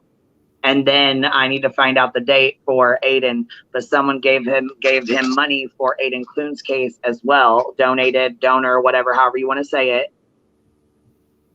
under false pretenses. Right. Yes. By his own admission, he was stalking the Rounds family, trying to cold call them about this case, right? Because that's what he gets. Nobody ever contacts him. He does not have a business that people contact him for services. He was like trying to get in touch with him. He said that Candace was hanging up on him, saying no, would have him not speak to him. Justin Rounds was hanging up on him, wanted nothing to do with him. This is him saying it. He wanted nothing to do with me. And so in what professional then says, let me go call all the peripheral relatives and see if I can force myself to get money from this family against the will of the parents. That's how he says it straight out. What was I going to say? The probably why he was e-begging to get money to pay these people back in case he needs a lawyer. Well, I think he has no. I don't know what his other sources of income are. He's not going to pay them back unless he gets sued. But I don't understand what his other source of income are, because he says for 20 years all he did was do the football thing, which could not have been a salary that would support a single person, like with all their needs. And clearly you would have a lot of, in 2008 when you got arrested, like that kind of stuff costs a lot of money with legal fees and things. So I guess he's probably been surviving mostly on his parents, I'm assuming, because his parents were still alive and still, they seem like they're pretty comfortable. But he's never seemed to have a full-time job in his adult life, like a full-time steady job. So I don't even know how he makes his actual like day-to-day steady money. I have no idea. Conning people. Yeah, no, I know, but that's not the most stable income. You know what I mean? It's like, you might have a good month where you conned you got a bunch of people to wire you $4,000, and now for that month you have $20,000. Great, but there also might be like many months after that where you have nothing. I don't know. Ashley's son is from Pickens, Mississippi, which was in Holmes County. It's the Jackson, Mississippi metro area. What do they think happened to her? Because I'm looking online. Yeah. I'm looking, and you can't really tell. I mean, there's not a lot. Just got out of jail that day. She dropped him off at a shady ass friend's house. So when she was on here, on the same live when Adventures with Purpose came on, she came on and she went through the whole story. But I think Queen is also going to have her do a separate story so it doesn't get lost at the end of the live stream. But yes, like her son, she had bought him a new phone that day. He struggled with addiction, and he asked her to drop him off somewhere, like at an address. So she went and dropped him off. She didn't have a great feeling. She went home, and he didn't text her that night, and she had texted him back saying did you get there okay? The next day she's still going to get in touch with him, and that's when they decided to call the police and kind of report that he was missing, or wanted a well check done on him. And then he was never seen again from that time. She then found out that it was the house. She was told by the police and everything that it was a house with known drug activity. They ping his phone. His phone last pinged right there on the property, through the night and into the next morning. It was 2:30 a.m. in the next morning. So his phone never left. They never formally questioned the people who lived there. They never searched that property, but the police went and knocked on the door and asked. And the guy who lived there said, "Oh yeah, he came to the front step. I talked to him, and he wanted a phone number, and I went inside to get a phone number, and I came back out. He was gone." They privately paid and searched the whole area. They didn't find anything, but the dogs all picked up on his scent, but the dogs don't have him leaving on foot from that property. So yeah, I mean, it sounds the same that the police should definitely be investigating. It sounds very suspicious, but she was talking about, at first she felt like it was she almost thought it was a conspiracy theory that nothing was happening, but she just talks about it's a really poor county in Mississippi, and they don't even have a full-time investigator on the force, and they're just overrun there with drug issues and overdoses in the county and stuff like that. And there are other people, she said in the last 2 years, there are four other people who kind of went missing, and then later right in the area were found deceased later on. See, what's sad is, and I hope she's not listening, she might be, but it sounds to me he OD'd and they got rid of the body. She needs to put pressure on these people that he was with. Somehow, some way, they're drug addicts. She needs to take that angle and put pressure on them somehow. I don't know how. I don't know the area. I don't know anything about it. but I've seen this before, and I'm pretty, especially with the phone ping, that the phone stopped pinging because it probably died. But I'm pretty sure he OD'd, and they need to put pressure on the kids that were there to So find yeah, out where his body it's is. really sad. It's really sad. When you hear her speak, she's very devastated, but she's a very clear-eyed woman. Yeah. Well, she says that in her mind, she's pretty sure she knows what happens, and she didn't say it like the way you're saying it, but Yeah. I think that she knows, but she just wants to. She says like whether he's on this earth with us or not, she's looking for him. So I think that she's prepared. Like I think she's been very smart, and she's done all this investigation. Her and her family. Her father was a private investigator. I do think they have like a pretty good. They have like a theory, and they do need to like put pressure on the right people. And this is all very fresh for her. This literally happened like 2 months ago. Because yeah, it's very fresh. And you know what? Like I said, she'll be on tonight at 7. And we're gonna go over Alex's case and the phone calls with Jim and like all the stuff that's been going on. It's really, there's a whole lot to it. You should be here if you get time. Try to be here because there's a lot to it. It's a very it's very interesting. I will. The problem is I own this. Sometimes I don't say things right for like the way I just said it. That's why I said I hope she's not listening. So I just have to watch how I say Yeah, I was gonna say it comes out well, and you're not really used to like the family. You know what I'm saying? It's hard because it's hard. It's a hard situation to even speak on. It's someone's child. It's what I'm saying. It's a family member, but there are things like that do happen. When you're dealing with that kind of, and I think she's pretty open to that because she kind of knows. Well, that's like I've been talking with, and I did a story on this Timothy Dees, who's also missing, that drugs are involved. Well, we believe drugs are involved. And I keep in touch with the mom. And, she had said to me that she has 2 sons that are dead and from drugs, and one missing. Well, one dead, one missing. But she said that when she woke up, she knew he was gone, even though he's still missing. And she's not the first person that I've spoken to who lost a child or has a child missing, and they all say the same thing, and they just know. And, you wake up in the morning and you just know.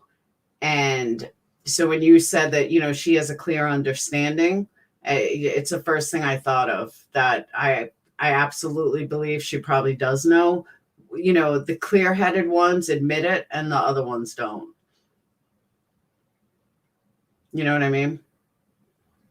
Oh yeah, for sure. Sure. So it's good to know that she, she's realistic about what happened.